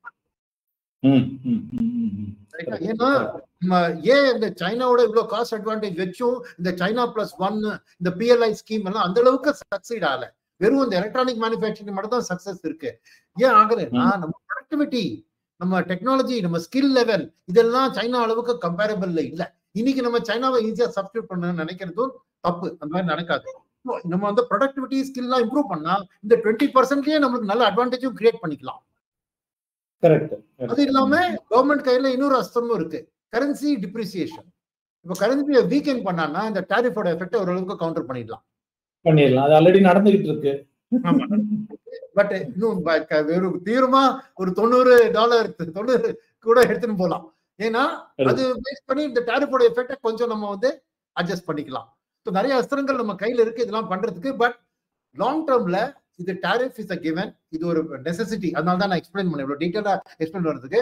டாரிஃப் வந்து ஒரு செட்டிங் ரைட் தி வேர்ல்டோட இன்இக்வாலிட்டி. ஒரு பக்கம் பாத்தீங்கன்னா சப்ளையர் வந்து எல்லா ப்ராஃபிட்டையும் தன் கையில வச்சு பயருக்கு ஒண்ணு விடாம விட்டதுனால இன்னைக்கு அதை செட் ரைட் ஆகுது சிச்சுவேஷன். அதனால இந்தியாவும் இன்மேல் பட்டு அமெரிக்காவோட இந்த டீல் பண்றச்ச இந்த $190 பில்லியன் இருந்து $500 பில்லியன் நாங்க 2030 பண்ண போறோம்னு மோடியும் ட்ரம்ப்பும் கைத்தட்டி ஏதோ பண்ணாங்க இல்லையா? அந்த 500ல இட் வில் பி ஈக்குவல். அப்பதான் அமெரிக்கா ஒத்துக்கும். அதாவது 250 நான் உனக்கு எக்ஸ்போர்ட் பண்ணுவேன், நீ 250 பில்லியன் எனக்கு எக்ஸ்போர்ட் பண்ணு, நீ உன் பக்கம் சைடு எடுத்து அதை பண்ணக்கூடாது. என்னோட தெரிஞ்சு கொஞ்சம் பொறுமையா இருக்கணும். ஒரு மாசத்துக்குள்ள ஒரு அட்லீஸ்ட் ஒரு டெம்பரரி ரிலீஃப் மாதிரி ஒரு இன்டர்ம் அக்ரிமெண்ட் சைன் ஆகலாம். ஸோ அண்ட் லேபர் ஓரியன்டட் இண்டஸ்ட்ரீஸ்ல வந்து இது எஃபெக்ட் இருக்கு. ஒரே ஒரு கேள்விக்குறி மட்டும் நான் விட்டு போயிடுறேன், ஃபார்மா செக்டர். ஃபார்மால டாரிஃப் இல்ல, ஆனா டாரிஃப் போட போறேன்னு த்ரெட் விட்டு புலி வருதுன்னு சொல்லிட்டே இருக்காரு. அதனால அது வந்து என்னன்னா அமெரிக்காவுக்கு அது ரொம்ப சென்சிட்டிவ். ஏன்னா கவர்மெண்ட் நிறைய காஸ்ட் பிக்கப் பண்றது இல்லையா ஹெல்த் கேருக்கு. ஸோ அந்த ஃபார்மா காஸ்ட் டைரக்டா கவர்மெண்ட் போய் அடிக்கிறது, ரைட்டா? ஏற்கனவே லெட்டர் எழுதிட்டாரு, தெரியும் இல்லையா ட்ரம்ப்? ஆமா, லெட்டர் எழுதிட்டாரு, இந்த மாதிரி நீயாக விலை குறை இல்ல நான் உத்தரவு தாக்கிட போறேன்னு சொல்லிட்டாரு. ஸோ அதனால ஃபார்மா பத்தி கொஞ்சம் ஃபியூச்சர் அன்சர்டனா இருக்கு. எந்த மாதிரி ட்ரம்ப் எந்த அளவுக்கு டாரிஃப் போட்டு அது எப்படி பண்ண போறான்னு இன்னும் தெரியல. ஸோ இப்ப சதிக்கு எனக்கு தெரிஞ்சு இந்த ஃபார்மா எக்ஸ்டர்னல் ஃபார்மா ஓரியன்டட் செக்டர்ல கொஞ்சம் சாவகாசமா இருங்க. ஏன்னா தெரியாத சூழ்நிலை போய் இறங்க மாட்டோம். கம்பெனிஸ்லாம் நல்லா இருக்கு, இது வரைக்கும் ப்ராஃபிட் நல்லா பண்றது, அதை பத்தி எனக்கு பிரச்சனையே இல்லை. ஏர்னிங்ஸ் சீசனும் நல்லா வந்திருக்கு, ஃபார்மாக்கு ஒன்றும் பிரச்சனையே இல்லை. பிளஸ் ஃபார்மாக்குள்ள டொமஸ்டிக் ஹாஸ்பிட்டல்ஸ் டயக்னோஸ்டிக்ஸ் தான் ரொம்ப நல்லாவே பண்ணிட்டு இருக்காங்க, அதுல பிரச்சனை இல்லை. பட் இந்த எக்ஸ்போர்ட் ஓரியன்டட் ஃபார்மால ஜெனரிக்கும் சரி, இந்த சிடிஎம்ஓ கான்ட்ராக்ட் மேனுஃபேக்சரிங் இருக்க, இது ரெண்டுத்திலையுமே இவர் ட்ரம்ப் எப்படி ஆக்ட் பண்ண போறாரு, ஆனா கூடிய சீக்கிரம் பண்ணி ஆகணும். அதனால கொஞ்ச நாளைக்கு தான் பொறுத்துங்க. இப்ப சதிக்கு ஒரு டைரக்டா ஒரு ஃபார்மால கால் எடுக்க வேண்டாம், தெரியாத விஷயம், அதனால எடுக்க வேண்டாம். அது ஃபார்மா செக்டர் பத்தியும் அது பிளஸ் அதுக்கு அவங்களுக்கு எசென்ஷியலும் கூட, எசென்ஷியலும் கூட அவங்களுக்கு without drug they cannot live. Rest of the items they can, but drug இல்லாம, generic drugs இல்லாம என்ன நம்ம, if I am right, we are contributing 40% of America's imports in generic drugs. But அந்த நம்ம சப்ளை பண்ணதும் நம்ம நிறைய சைனா மேல டிபெண்டன்டா இருக்கும். ஏபிஐ, இந்த ஆக்டிவ் பார்மசூட்டிக்கல் சைனால டிபெண்டன்டா இருக்கும். அங்க வாங்கி இங்க அடிச்சு அனுப்புறோம். எனிவே இன்னொன்னு இன்னொரு major contentious issue right now going on என்னன்னா, இப்ப like second half of the financial year நல்லா இருக்கும் அப்படின்னு எதிர்பார்த்துட்டு இருந்தோம். இப்போ first quarter results, we are into second quarter right now. First quarter results சில கம்பெனிஸ் நல்லா வந்திருக்காங்க, ரிசல்ட்ஸ் கொடுத்திருக்காங்க. ஏன்னா that is also important for mutual fund investors and stock market. சில நிறுவனங்கள் கொஞ்சம் ஒரு மிதமான ப்ராஃபிட்டபிலிட்டி கொடுத்திருக்காங்க. So overall what is your take? First quarter results எந்த அளவுக்கு வந்திருக்கு? ஸோ ஏர்னிங்ஸ் ரிசல்ட்ஸ் பார்த்தீங்கன்னா, என்னோட இது வரைக்கும் பண்ண அனாலிசிஸ் படி 2 செக்டர், ஒரே நிமிஷம் இங்க ஒரு பாயிண்ட் நோட் பண்ணேன், ஒரே நிமிஷம் பார்த்துருக்கேன். Yeah sure, no problem.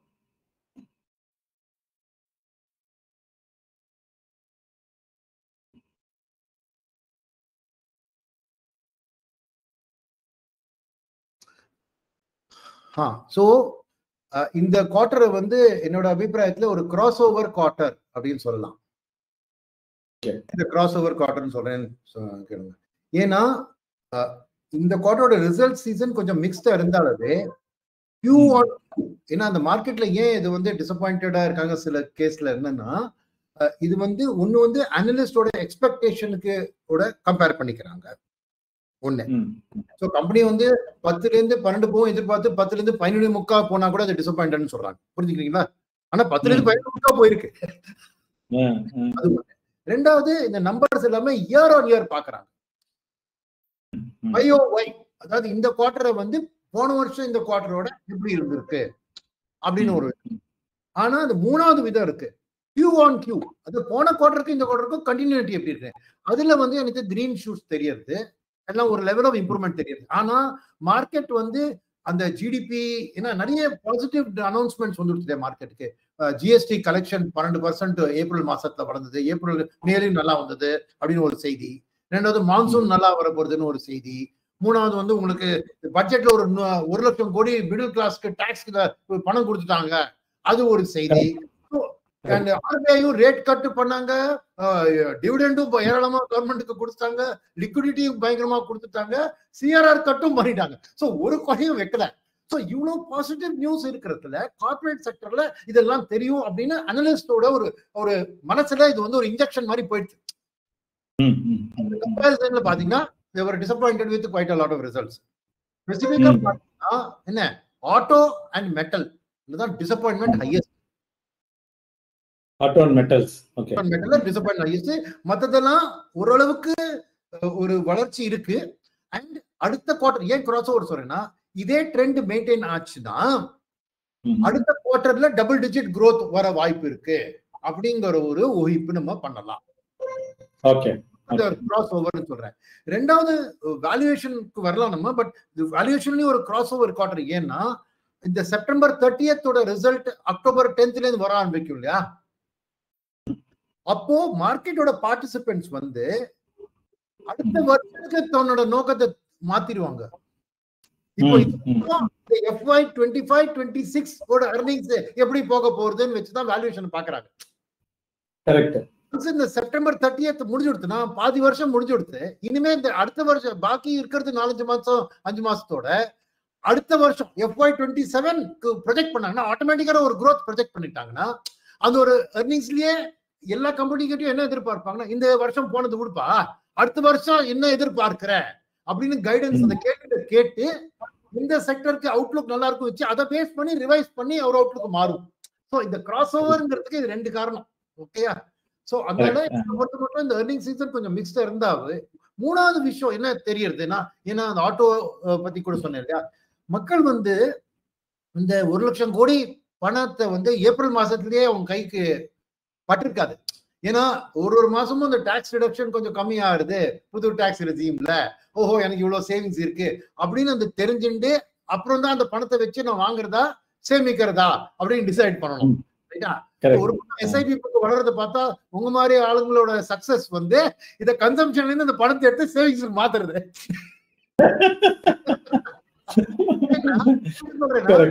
HDFC bank result பாத்தீங்கன்னா தெரியும் உங்களுக்கு, குவார்டர்ல 16% டெபாசிட் growth, 6% தான் லோன் growth. அதாவது மக்கள் இன்னும் அந்த பணத்தை வச்சு செலவைக்கிறது, ஏன்னா இன்னும் பேங்க்ல சேவிங்ஸ் அக்கௌண்ட்ல அப்படியே வச்சிருக்காங்க. மியூச்சுவல் ஃபண்டுக்கு கொஞ்சம் கொடுக்குறாங்க, பட் பேங்க்ல சேவிங்ஸ் அக்கௌண்ட்ல வச்சிருக்காங்க. அந்த செலவைக்கிற மனசு இன்னும் வரல. பட் இப்போ இந்த வருஷம் என்னன்னா இந்த ஃபெஸ்டிவல் சீசன் கொஞ்சம் முன்கூட்டியே வருது. ஐ திங்க் அக்டோபர் 3rd வீக்லயே தீபாவளி வந்துருது. அதனால ஃபெஸ்டிவல் சீசன்ல தான் ஒரு 3-4 மாசம் உங்க கையில பணம் இருக்குன்னு தெரிஞ்சு இந்த ஆர்பிஐயோட ரேட் கட்டும் இந்த பேங்க்ஸ் என்பிஎஃப்சி எல்லாம் கொஞ்சம் இஎம்ஐ கம்மி பண்ணி இது ரெண்டும் ஒரு ஸ்வீட் ஸ்பாட் மாதிரி ஃபெஸ்டிவல் சீசன்ல வரும்னு எதிர்பார்ப்பேன். இந்த கிராஸ் ஓவர்னு சொல்றதுக்கு மூணாவது காரணம், இது ஒரு மக்களோட கான்பிடன்ஸ், செலவைக்கிறதுக்கும் ஒரு கான்பிடன்ஸ் வந்துடும். இந்த பக்கம் உங்களுக்கு இஎம்ஐயும் குறையும், என்ன பணமும் கையில இருக்கு. சோ அப்போ ஒரு கன்சம்ஷன்ல நல்ல பிக்கப் வரும்னு ஒரு எதிர்பார்வை அடுத்த குவார்டருக்கு தெரியும், அது நம்பர்ஸ்ல தெரிய ஆரம்பிச்சிடும். ஸோ இது ஒரு கிராஸ் ஓவர் குவார்டர் அப்படிதான் இதை வந்து பார்க்கணும். Okay, so future is better, அதான் ஓவரால் டேக்கு. இப்போ நம்ம டாபிக் மெயினா கொடுத்திருந்தது வந்து இப்போ எல்லாத்தையும் காரணிகள் பூரா பார்த்துட்டோம், எப்படி இருக்கு என்ன இருக்கு, ஏஐ என்ன பண்ணுது, ஐடி செக்டார் எப்படி, டரிஃப் என்ன, Q1 ரிசல்ட் என்ன, எல்லாம் பண்ணிட்டோம். இது எல்லாம் செப்பரேட்டா கூட்டு காய்கறி ரசம் சாம்பார் எல்லாம் பார்த்தாச்சு. இப்ப கலவை எப்படி இருக்கு, நமது சந்தை எங்கு செல்கிறது? What is your thought? So சந்தையில வந்து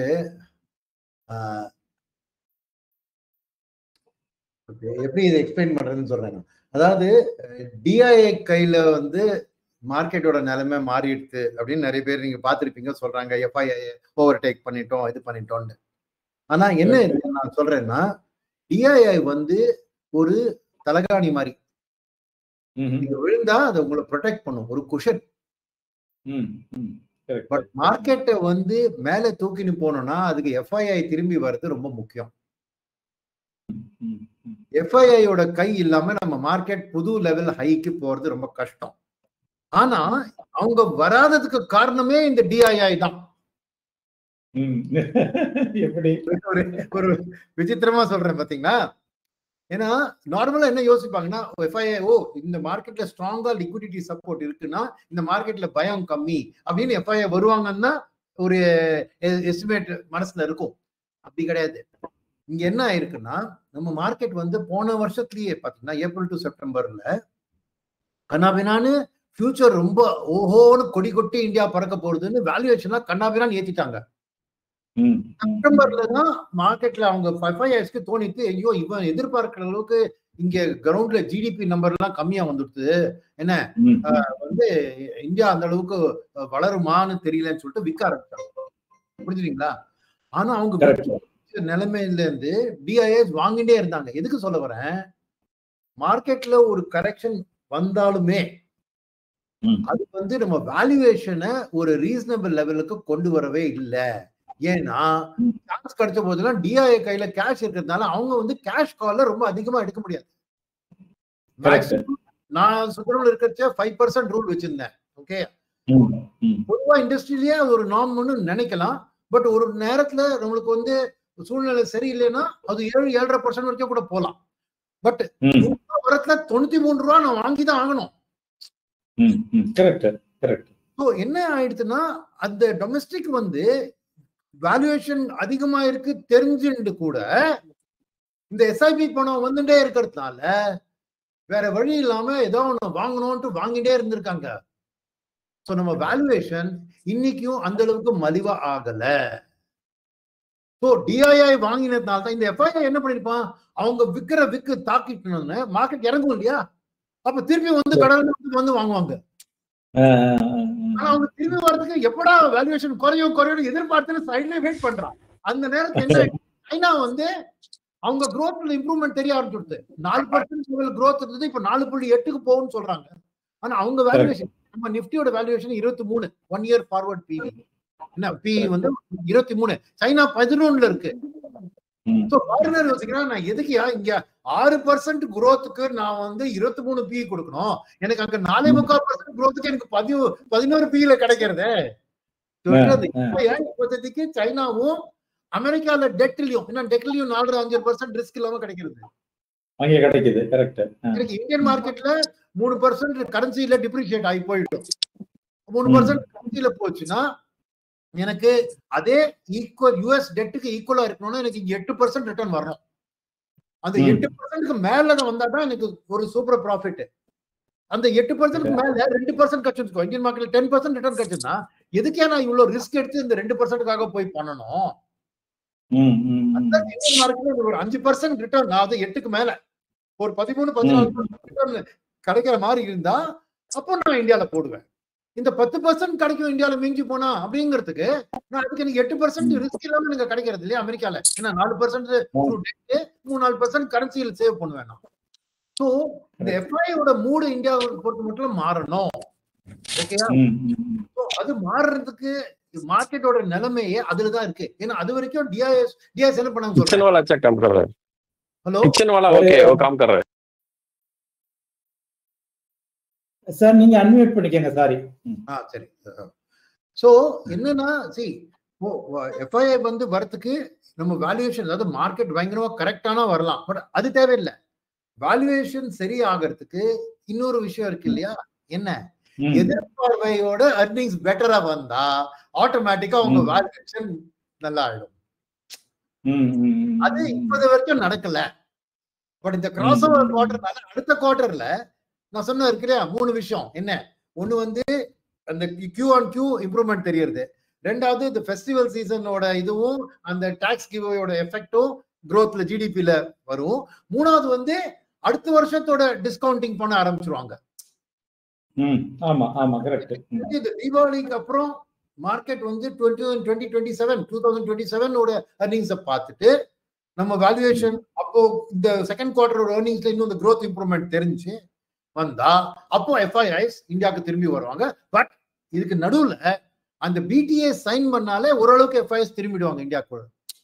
இந்த இன்டரிம் டீல் சைன் ஆகல அவங்களுக்கு ஒரு பாசிட்டிவ் ட்ரிகர். ஏன்னா இந்தியா வந்து ஃபியூச்சர் நல்லா இருக்கு. ஏன்னா இந்த மாசம் ஏப்ரல் மே ஜூன் 3 மாசத்துல போன குவார்டர்ல இந்த earning சீசன் நடந்திருந்தது இல்லையா, ஏப்ரல் மே அந்த earning சீசன் பார்த்து எஃப்ஐஐ கொஞ்சம் வந்து ஓஹோ நல்லா வருதுன்னு சொல்லிட்டு அவங்க பணம் போட ஆரம்பிச்சாங்க. நீங்க நோட்டீஸ் பண்ணீங்கன்னா ஏப்ரல் மே ஜூன்ல கொஞ்சம் போட்டாங்க, ஒரு 40,000 கோடி போட்டாங்க 3 மாசம் சேர்ந்து. ரைட். அது ஒரே மாசம் ஜூலைல அந்த என்டையர் 40,000 கோடி எடுத்துட்டாங்க. அதே மாதிரி டிஐஎஸ் என்ன பண்ணாங்கன்னா மார்ச்ல 7.5% கேஷ் பேலன்ஸ் இருந்தது டொமஸ்டிக் மியூச்சுவல் ஃபண்ட்ஸ் கிட்ட. ஆனா ஜூன் எண்ட் வரைக்கும் அவங்களும் அந்த 5.5% கொடுத்தாங்க. சோ இந்த லாஸ்ட் குவார்டர்ல ரெண்டு பேருமே நல்லா பண்ணதுன்னா 3 month பெர்ஃபார்மன்ஸ் நல்லா இருந்தது மார்க்கெட்டுக்கு. ரைட்டா? ஜூலைல வந்து டிஐஎஸ் இன்னும் 50,000 கோடி வாங்கினாங்க, கொஞ்சம் பணத்தை போட்டு. ஏன்னா 25,000 கோடி உங்களுக்கு எஸ்ஐபி வழியாவே வந்துடுது. ரைட்டா? பட் எஃப்ஐஐஸ் இந்த மாசம் வித்ததுனால மார்க்கெட் இந்த மாசம். சோ எதுக்கு சொல்ல வரேன்னா இப்போ இனிமே இந்த earning சீசன் இன்னும் கொஞ்சம் இருக்கு பாக்கி. அந்த earnings எப்படி வருதுன்னு பார்க்கணும். அடுத்த செப்டம்பருக்குள்ள பிடிஏக்கு ஏதாவது இன்டரிம் டீல் சைன் ஆகுதான்னு பார்க்கணும். இது ரெண்டுமே ஒரு பாசிட்டிவ் வந்து எஃப்ஐ திரும்பி வரலாம். ஏன்னா டிஐஎஸ் ஆல்ரெடி இப்போ 5-5.25% கேஷ் லெவலுக்கு வந்துட்டாங்க. இதுக்கு மேல்பட்டு அவங்க வந்து இப்ப பாத்தீங்கன்னா அவங்க மேல 65,000, ஜூன்ல 65,000, இந்த மாசம் 58-60,000, 3 மாசம் 60,000 வாங்கிருக்காங்க டிஐஏ. பட் அடுத்த மாசமும் 60,000 வாங்குற அளவுக்கு அவங்ககிட்ட கேஷ் இருக்காது. ஏன்னா எக்ஸஸ் கேஷ் எல்லாம் யூஸ் பண்ணிட்டாங்க. இனிமே இந்த மந்த்லி நெட் இன்ஃப்ளோ இருக்கு இல்லையா, அதுதான் உங்களுக்கு இன்க்ரிமெண்ட்லாம் அவங்க வாங்க முடியும். ஸோ எதுக்கு சொல்றேன்னா அந்த அளவுக்கு டிஐஎஸும் போய் மார்க்கெட்டை தூக்கறதுக்கு அளவுக்கு பணம் இருக்காது. பட் கரெக்ஷன்ல இருந்து ப்ரொடெக்ட் பண்றதுக்கு பணம் இருக்கு அவங்கள்ட்ட. ஸோ எதுக்கு சொல்றேன்னா ஒரு சைட்வேஸ் கன்சால்டேஷன் மூவ்ல போகும். ஏன்னா ரொம்ப விழாம டிஐஎஸ் அதை பார்த்துப்பாங்க. ஆனா ஏறுறதுக்கு எஃப்ஐயோட திரும்பி வர்றது ரொம்ப முக்கியம். அது வந்து பிடிஏ சைனிங்கும் ஏர்னிங் சீசன் இம்ப்ரூவ்மெண்ட்டும் அந்த ஒரு அடுத்த குவார்ட்டரோட ஒரு நல்ல ஒரு அதனால மேஜரா there is no major threat to the markets அப்படிங்கிறது உங்களுடைய அனாலிசிஸ்ல தெரிய வருது. That is good. At least investors மேஜரா விழுகாம இருந்துச்சுனாவே investors are happy. And one more thing, மக்கள் அதிகமா விரும்புறது ஒரு 2-3 ஐட்டம் குயிக்கா போயிடுவோம். So that we can go to questions. எனக்கு என்னன்னா sectors, positive sectors, negative sectors right now from your point of view. So positive sector வந்து எனக்கு 3 இருக்கு. Banking and financial services. So பேங்கிங்னா இதுல என்னெல்லாம் இருக்குன்னு சொல்லிடுறேன் குயிக்கா. பிரைவேட் செக்டர் பேங்க் இருக்கு, பப்ளிக் செக்டர் பேங்க் இருக்கு, உங்களுக்கு என்பிஎஃப்சிஸ் இருக்கு. But asset management companies, insurance companies, broking houses, capital market infrastructure எல்லாமே இருக்கு. லெஃப்ட் ஹேண்ட் சைடு ரெண்டுமே வெறும் லெண்டிங் பத்தி யோசிக்காதீங்க. ஸோ என்டையர் பிஎஃப்எஸ்ஐ ஸ்பேஸ் ஒரு நல்ல பாசிட்டிவ் சிச்சுவேஷன் இருக்கு. Purely domestic, no correlation with tariff. ஓகேயா? ஒண்ணு. ரெண்டாவது வந்து எனக்கு தெரிஞ்சு டிஸ்கிரிஷனரி கன்சம்ஷன். ஓவரால் கன்சம்ஷன்னே சொல்லலாம். ஏன்னா எஃப்எம்சிஜிலையும் ஐ திங்க் யூனிலிவரோட நம்பர்ஸ் எல்லாம் பாத்தீங்கன்னா ஓரளவுக்கு ரூரல் டிமாண்ட் பிக்கப் பண்றாப்புல தெரியுது அவுட்லுக். ஸோ ஓவரால் கன்சம்ஷன் ஸ்டோரியே எனக்கு தெரிஞ்சு தோ ஆட்டோ ரிசல்ட்ஸ் டிசப்பாயிண்டிங்கா இருந்தாலும் கூட எனக்கு தெரிஞ்சு எஃப்எம்சிஜி ஒரு பக்கம், ஆட்டோ ஒரு பக்கம், ரியல் எஸ்டேட் ஒரு பக்கம், கன்சூமர் டியூரபிள்ஸ் ஒரு பக்கம், ஹை அண்ட் ரீட்டைல் ஒரு பக்கம். இதெல்லாம் தான் கன்சம்ஷனோட பல விதமான இது எல்லாத்துக்குமே எனக்கு இந்த ஃபெஸ்டிவல் சீசன் இந்த அவுட்லுக்னால அண்ட் டொமஸ்டிக் ஓரியன்டட். ஸோ அதனால இதுவும் எனக்கு பாசிட்டிவா இருக்கு. மூணாவது எனக்கு பாசிட்டிவ் வந்து கேபிட்டல் குட்ஸ் சைக்கிள். ஏன்னா இப்போ இந்த ரூரல் கன்சம்ஷன் பிக்கப் ஆனாலே 2 வீலர் சேல்ஸ் கொஞ்சம் நல்லா டெவலப் ஆயிருக்கு, நீங்க பார்த்துருப்பீங்க. ஸோ ரூரல் கன்சம்ஷன் அந்த பிக்கப் ஆனாலே இந்த பாட்டம் ஆஃப் த பிரமிட்ல தான் நிறைய low value items but large quantity items அது வந்தாலும் கெப்பாசிட்டி யூட்டிலைசேஷன் இம்ப்ரூவ் ஆகும். ஸோ இதுல இந்த ரூரல்ல டெவலப் பண்றது வந்து அது நல்ல செய்தி. என்னன்னா கெப்பாசிட்டி இம்ப்ரூவ் ஆனா பிரைவேட் செக்டர் கேபெக்ஸ் இம்ப்ரூவ் ஆகிறதுக்கு வாய்ப்பு இருக்கு. ஸோ எனக்கு தெரிஞ்சு எல்என்டியோட ரிசல்ட்ஸ்லயும் அந்த ஆர்டர் புக்ல தெரிஞ்சது, ரைட்டா? ஸோ அதனால கேபிட்டல் குட்ஸ் சைக்கிள் கூட கொஞ்சம் டைம் ஆகும். பட் அது ஒரு நல்ல பாசிட்டிவ் செக்டரா நம்ம வச்சுட்டு அதுல இன்வெஸ்ட் பண்ணலாம். செக்டர் வந்து 3: IT, pharma and metals. Okay, already பேசிட்டோம். மெட்டல்ஸுக்கும் இந்த இன்டர்நேஷனல் சூழ்நிலை இருக்கிறதுனால அந்த பிரைசிங் அதெல்லாம் கொஞ்சம் சேலஞ்சிங்கா இருக்கு. Okay okay, that's good. நிறைய கொஸ்டின்ஸ் இங்க என்கிட்ட எடுக்க வர யூடியூப் சேனல்ல இருந்து எல்லாரும் கேட்கிற கேள்வி நான் உங்ககிட்ட திருப்பி கேட்கிறேன். தங்கம், வெள்ளி, உங்களுடைய கருத்து, விலை, தங்கம் இன்னும் ஏறுமா இறங்குமா? எனக்கு தெரிஞ்சு தங்கமும் வெள்ளியும் compulsory part of the portfolio. Okay, இதுக்கு மெயின் அடிப்படை காரணம் நான் சொல்லிடுறேன். ரெண்டுமே பிரஷியஸ் மெட்டல்ஸ். இது ரெண்டுமே வந்து என்னன்னா இந்த ட்ரம்ப் பண்ற கூத்துனால பல நாட்டுல வந்து நம்ம டாலர் மேல அவ்வளவு நம்பிட்டு இருக்கக்கூடாதுங்கிறதுனால இந்த டி டாலரைசேஷன் சொல்ற மூவ் சைலண்டா நடந்துட்டு இருக்கு. அதனாலதான் அவர் கூட அதை சீரியஸா எடுத்து நம்ம பிரிக்ஸ்ல நீ வந்து ஏதாவது கரன்சியை பண்ணேன்னா தாக்கிடுவேன்னு சொல்லிட்டு இந்தியாவை கூட போட்டு திட்டிருக்காரு, ரைட்டா? என்னன்னா டி டாலரைசேஷன் இஸ் பிராக்டிஸ். ஏன்னா ரஷ்யா ரொம்ப இது அடிபட்டுட்டான். ரஷ்யாவுக்கு எல்லா ஆயிலும் முதல்ல வந்து டாலர்ல வாங்கிட்டு அந்த டாலர் அசெட் எல்லாம் ஃப்ரீ ட்ரம்ப். சோ ரஷ்யாவுக்கு இருக்கிற பணம் இருக்கு, தண்ணி இருக்கு, பட் குடிக்க முடியல, எல்லாம் உப்பு தண்ணியா இருக்கு. சோ எது சொல்றேன்னா இந்த டாலர் மேல அந்த அளவுக்கு உலகத்தோட நம்பிக்கை கம்மி ஆயிட்டு வருது. ஓகே, அப்போ கிரிப்டோ ரொம்ப ஹை ரிஸ்க் இது. சோ வேற ஒரு கரன்சியை ஃபார்ம் பண்ண ஆரம்பிச்சா திருப்பியும் ட்ரம்ப் போட்டு தாக்குவாரு அப்படிங்கிறதுக்காக வேற கரன்சியும் வராத பட்சத்துல எல்லாரும் எல்லா சென்ட்ரல் ஏஜென்சிஸும் கோல்டு அண்ட் சில்வரை ஏத்திட்டே இருக்காங்க. ஓகேயா? சோ அதனாலதான் இந்த ரேலி இந்த வருஷமே பாத்தீங்கன்னா கோல்டு 28% ஏறி இருக்கு, சில்வர் 30% ஏறி இருக்கு. ஓகேயா? இதுக்கு மெயின் காரணம் இந்த சென்ட்ரல் பேங்க்ஸ் வாங்குறதுனாலதான். ஓகே, அந்த ரெண்டாவது விஷயம் என்னன்னா சில்வர்ல ஒரு அடிஷனல் என்னன்னா இந்த கிரீன் எனர்ஜி, நியூ என்வாயன்மெண்ட், அதுல எல்லாம் சில்வர் ஒரு ரா மெட்டீரியல். ஸோ கோல்டுக்கு எதுவும் யூஸ் கிடையாது, இண்டஸ்ட்ரியல் யூஸ் கிடையாது. சில்வர் ஏன் கொஞ்சம் பெட்டர் தென் கோல்டு பர்ஃபார்ம் பண்ணிருக்குன்னா அது இண்டஸ்ட்ரியல் யூஸும் இருக்கு அப்படிங்கிறதுக்காக, ரைட்டா? ஸோ எனக்கு தெரிஞ்சு ரெண்டுமே வந்து போர்ட்ஃபோலியோல அவசியம். என்ன ரேஷியோல வச்சுக்கணும் அப்படின்னு பார்க்கறது போது ஒரு கோல்டு சில்வர் ரேஷியோ அப்படின்னு ஒன்று இருக்கு. அதாவது கோல்டு விலை டிவைடட் பை சில்வர் விலை. அது வந்து ஹிஸ்டாரிக்கலா லாங் டேர்ம் 20 இயர் ஆவரேஜ் வந்து 60:1. இன்னைக்கு ரேஷியோ 90:1. ஸோ மேட்ச்அப்ல ஐதர் கோல்டு இறக்கணும் இல்ல சில்வர் ஏறணும், ரைட்டா? ஸோ அதனால அண்ட் ரெண்டாவது சில்வருக்கு என்ன ஒரு அட்வான்டேஜ்னா ஒரு புவர் மேன்ஸ் கோல்டுன்னு வச்சுக்கலாம். கரெக்ட். ரைட்டா? புவர் மேன்ஸ் கோல்டு எப்படின்னா, நான் இது ஒரு தப்பா எடுத்துக்கூடாது, சிலது ராமராஜ் வந்து நிறைய பேர் புவர் மேன்ஸ் எம்ஜிஆர்னு சொல்லுவாங்க, ரைட்டா? எதுக்குன்னா அவங்களுக்கு லோ லெவல்ல பாத்தீங்கன்னா நிறைய பேர் வந்து இப்போ கோல்டு அஃபோர்ட் பண்ண முடியாத நிலத்தினால சில்வர் ஜுவல்லரிக்கு ஷிஃப்ட் பண்றாங்க. அந்த மாதிரி ரெண்டாவது சில்வருக்கு ஒரு இண்டஸ்ட்ரியல் டிமாண்ட் இருக்கிறதுனால ஒரு சில்வருக்கு ஒரு கொஞ்சம் அடிஷனல் பாசிட்டிவ் கிக்கர் இருக்கிறாப்புல தெரியுது. பட் சென்ட்ரல் பேங்க்ஸ்லாம் 90% கோல்டு வாங்கிட்டு 10% சில்வர் வாங்குறாங்க, ஞாபகம் வச்சுக்கணும். ஸோ எனக்கு தெரிஞ்சு ஒரு போர்ட்ஃபோலியோல இன்னைக்கு ரஃபா வச்சிங்கன்னா ஒரு 22-23% நம்ம கோல்டு பிளஸ் சில்வர் வச்சுட்டு 15% கோல்டும் 8% சில்வர், அதாவது 1:2 ரேஷியோல வச்சுட்டா அந்த லாங் டேர்ம் ட்ரெண்ட்ல உங்களுக்கு சில்வர் கொஞ்சம் நல்லா பிக்கப் ஆகலாம். அண்ட் இந்த வேர்ல்டு அன்சர்டினிட்டி இருக்க வரைக்கும் இது. ஸோ எனக்கு தெரிஞ்சு one gold and silver compulsory, but the best way to buy is through multi asset fund. ஏன்னா உங்களுக்கு கோல்ட் அண்ட் சில்வர் வந்து ஈக்விட்டி டாக்ஸேஷனோட மல்டி அசெட் ஃபண்ட்ல கிடைக்கும். ஸோ ஒரு கோல்டு இடிஎஃப் சில்வர் இடிஎஃப்ல நிறைய பேர் போடுறாங்க, நான் டேட்டா பார்த்தேன், இடிஎஃப் வளர்ப்பு நல்லா இருக்கு. ஸோ எனக்கு தெரிஞ்சு இது வந்து ஒரு மல்டி அசெட் ஃபண்ட் மூலமா வாங்கினீங்கன்னா உங்களுக்கு ஒரு டாக்ஸ் எஃபிஷியன்ட் வேயா நீங்க கோல்ட் அண்ட் சில்வரை உங்க போர்ட்ஃபோலியோல சேர்த்து. Correct. Okay.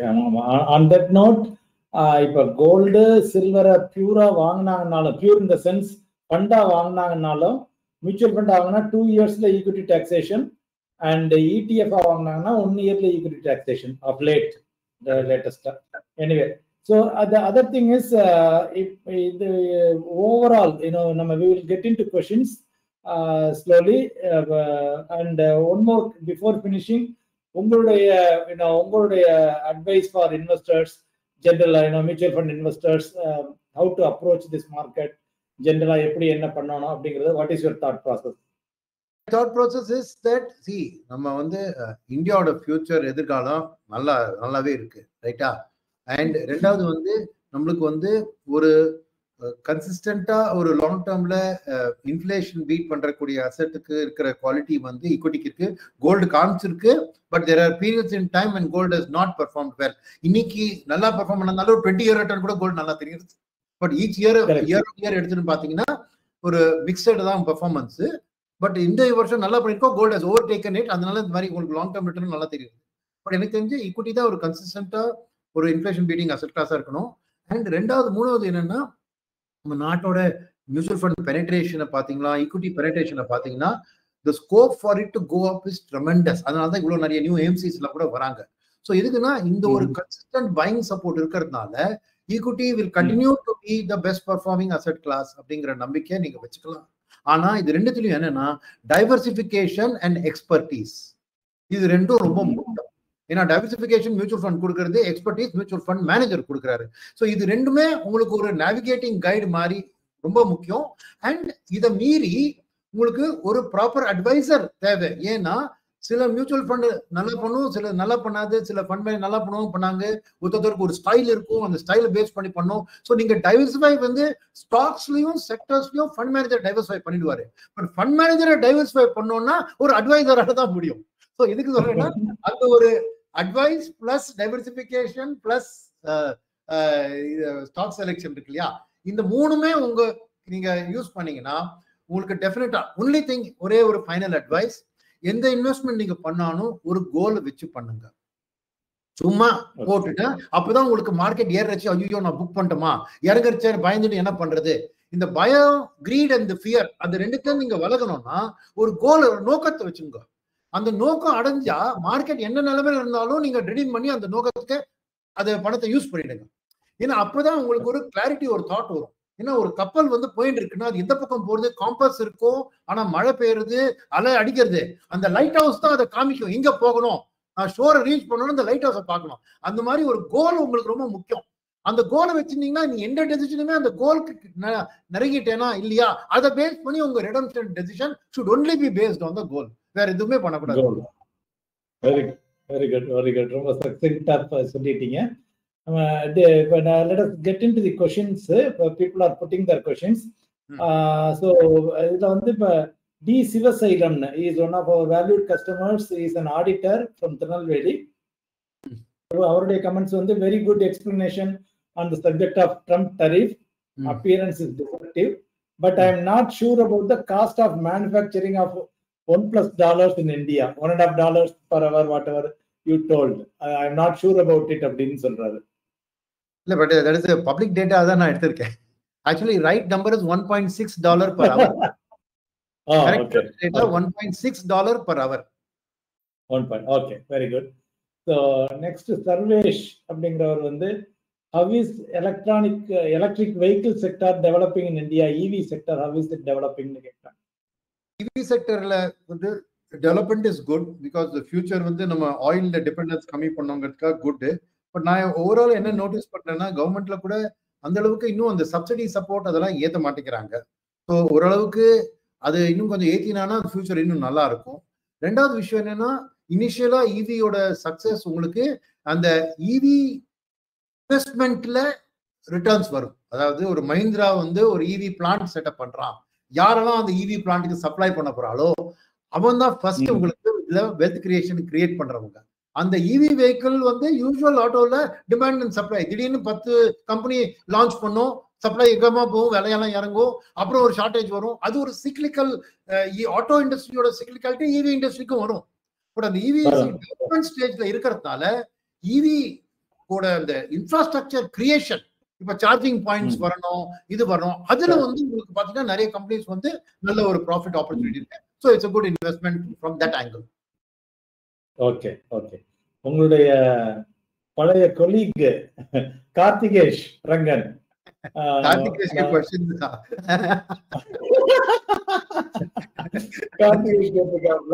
So how can Indian manufacturing sector growth would be in next 5 years?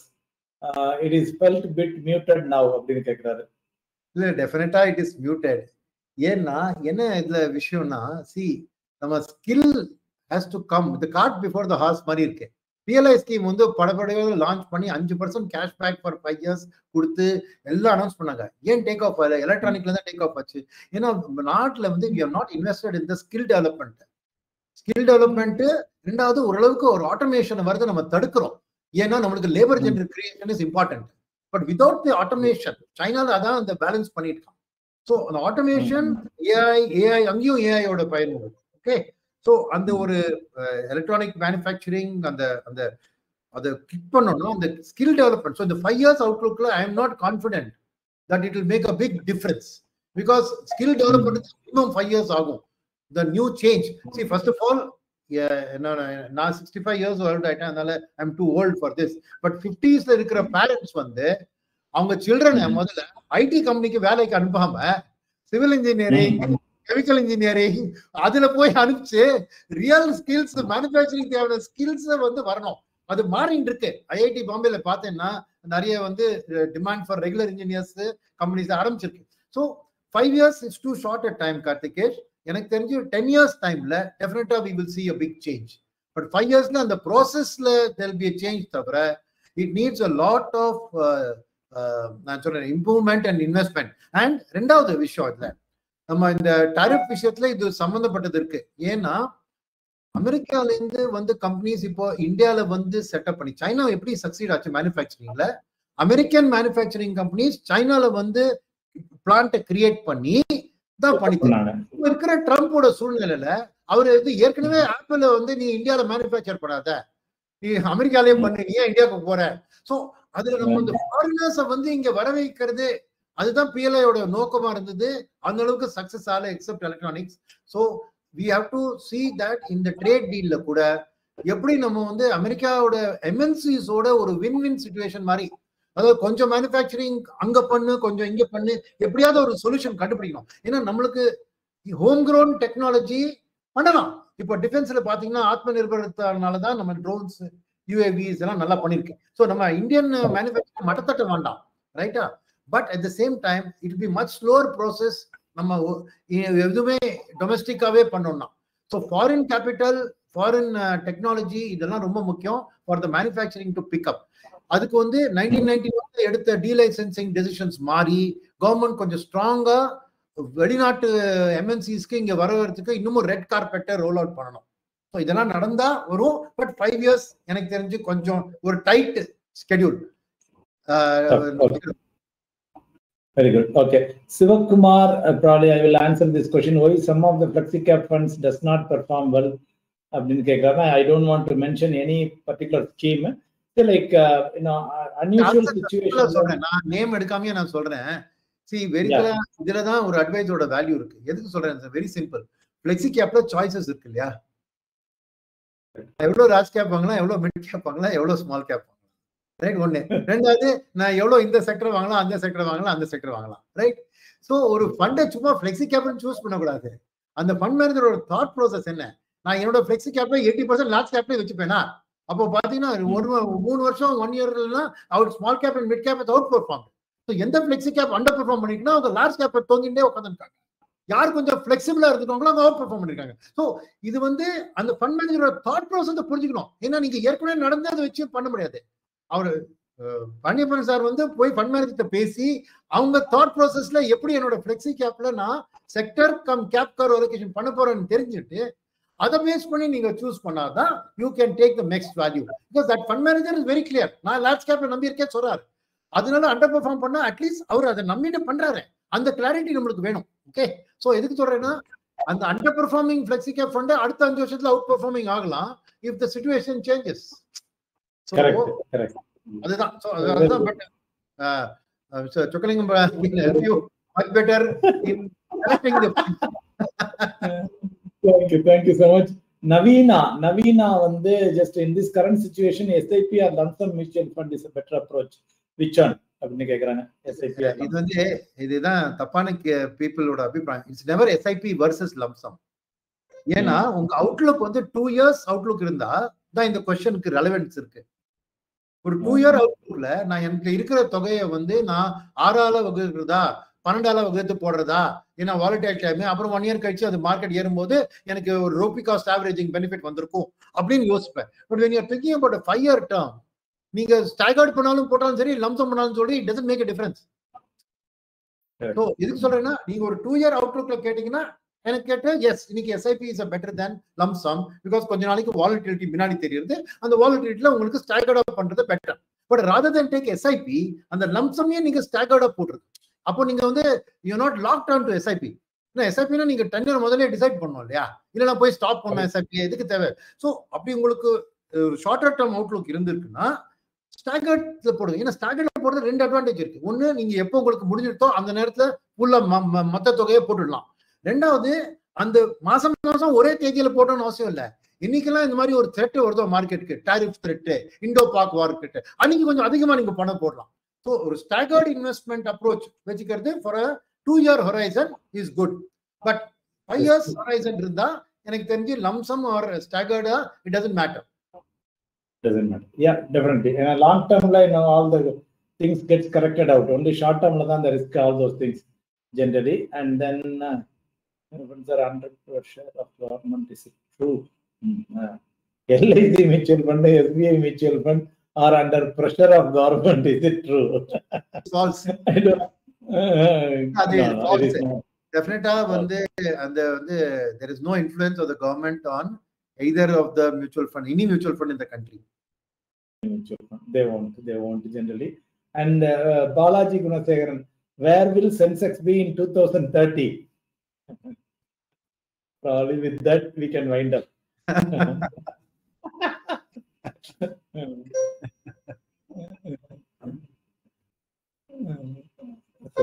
Anyway, so that's a good question, Balaji. I think 1.25 lakhs you can expect. The Sensex, okay, from here at least for 50% minimum. Yeah, that is 50% in 5 years time. So 5 years time, 10% thane parum per annum.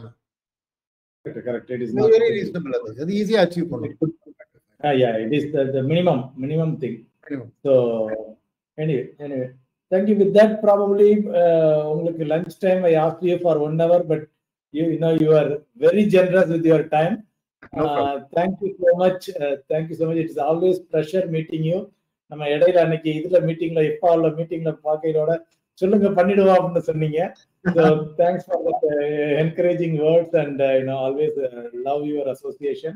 Probably will continue to doing this, and all the best wishes for your endeavor of educating the masses, particularly investors, and particularly in this ஒரு காம்ப்ளெக்ஸான ஃபீல்டுல with clarity of thought order, that too in Tamil.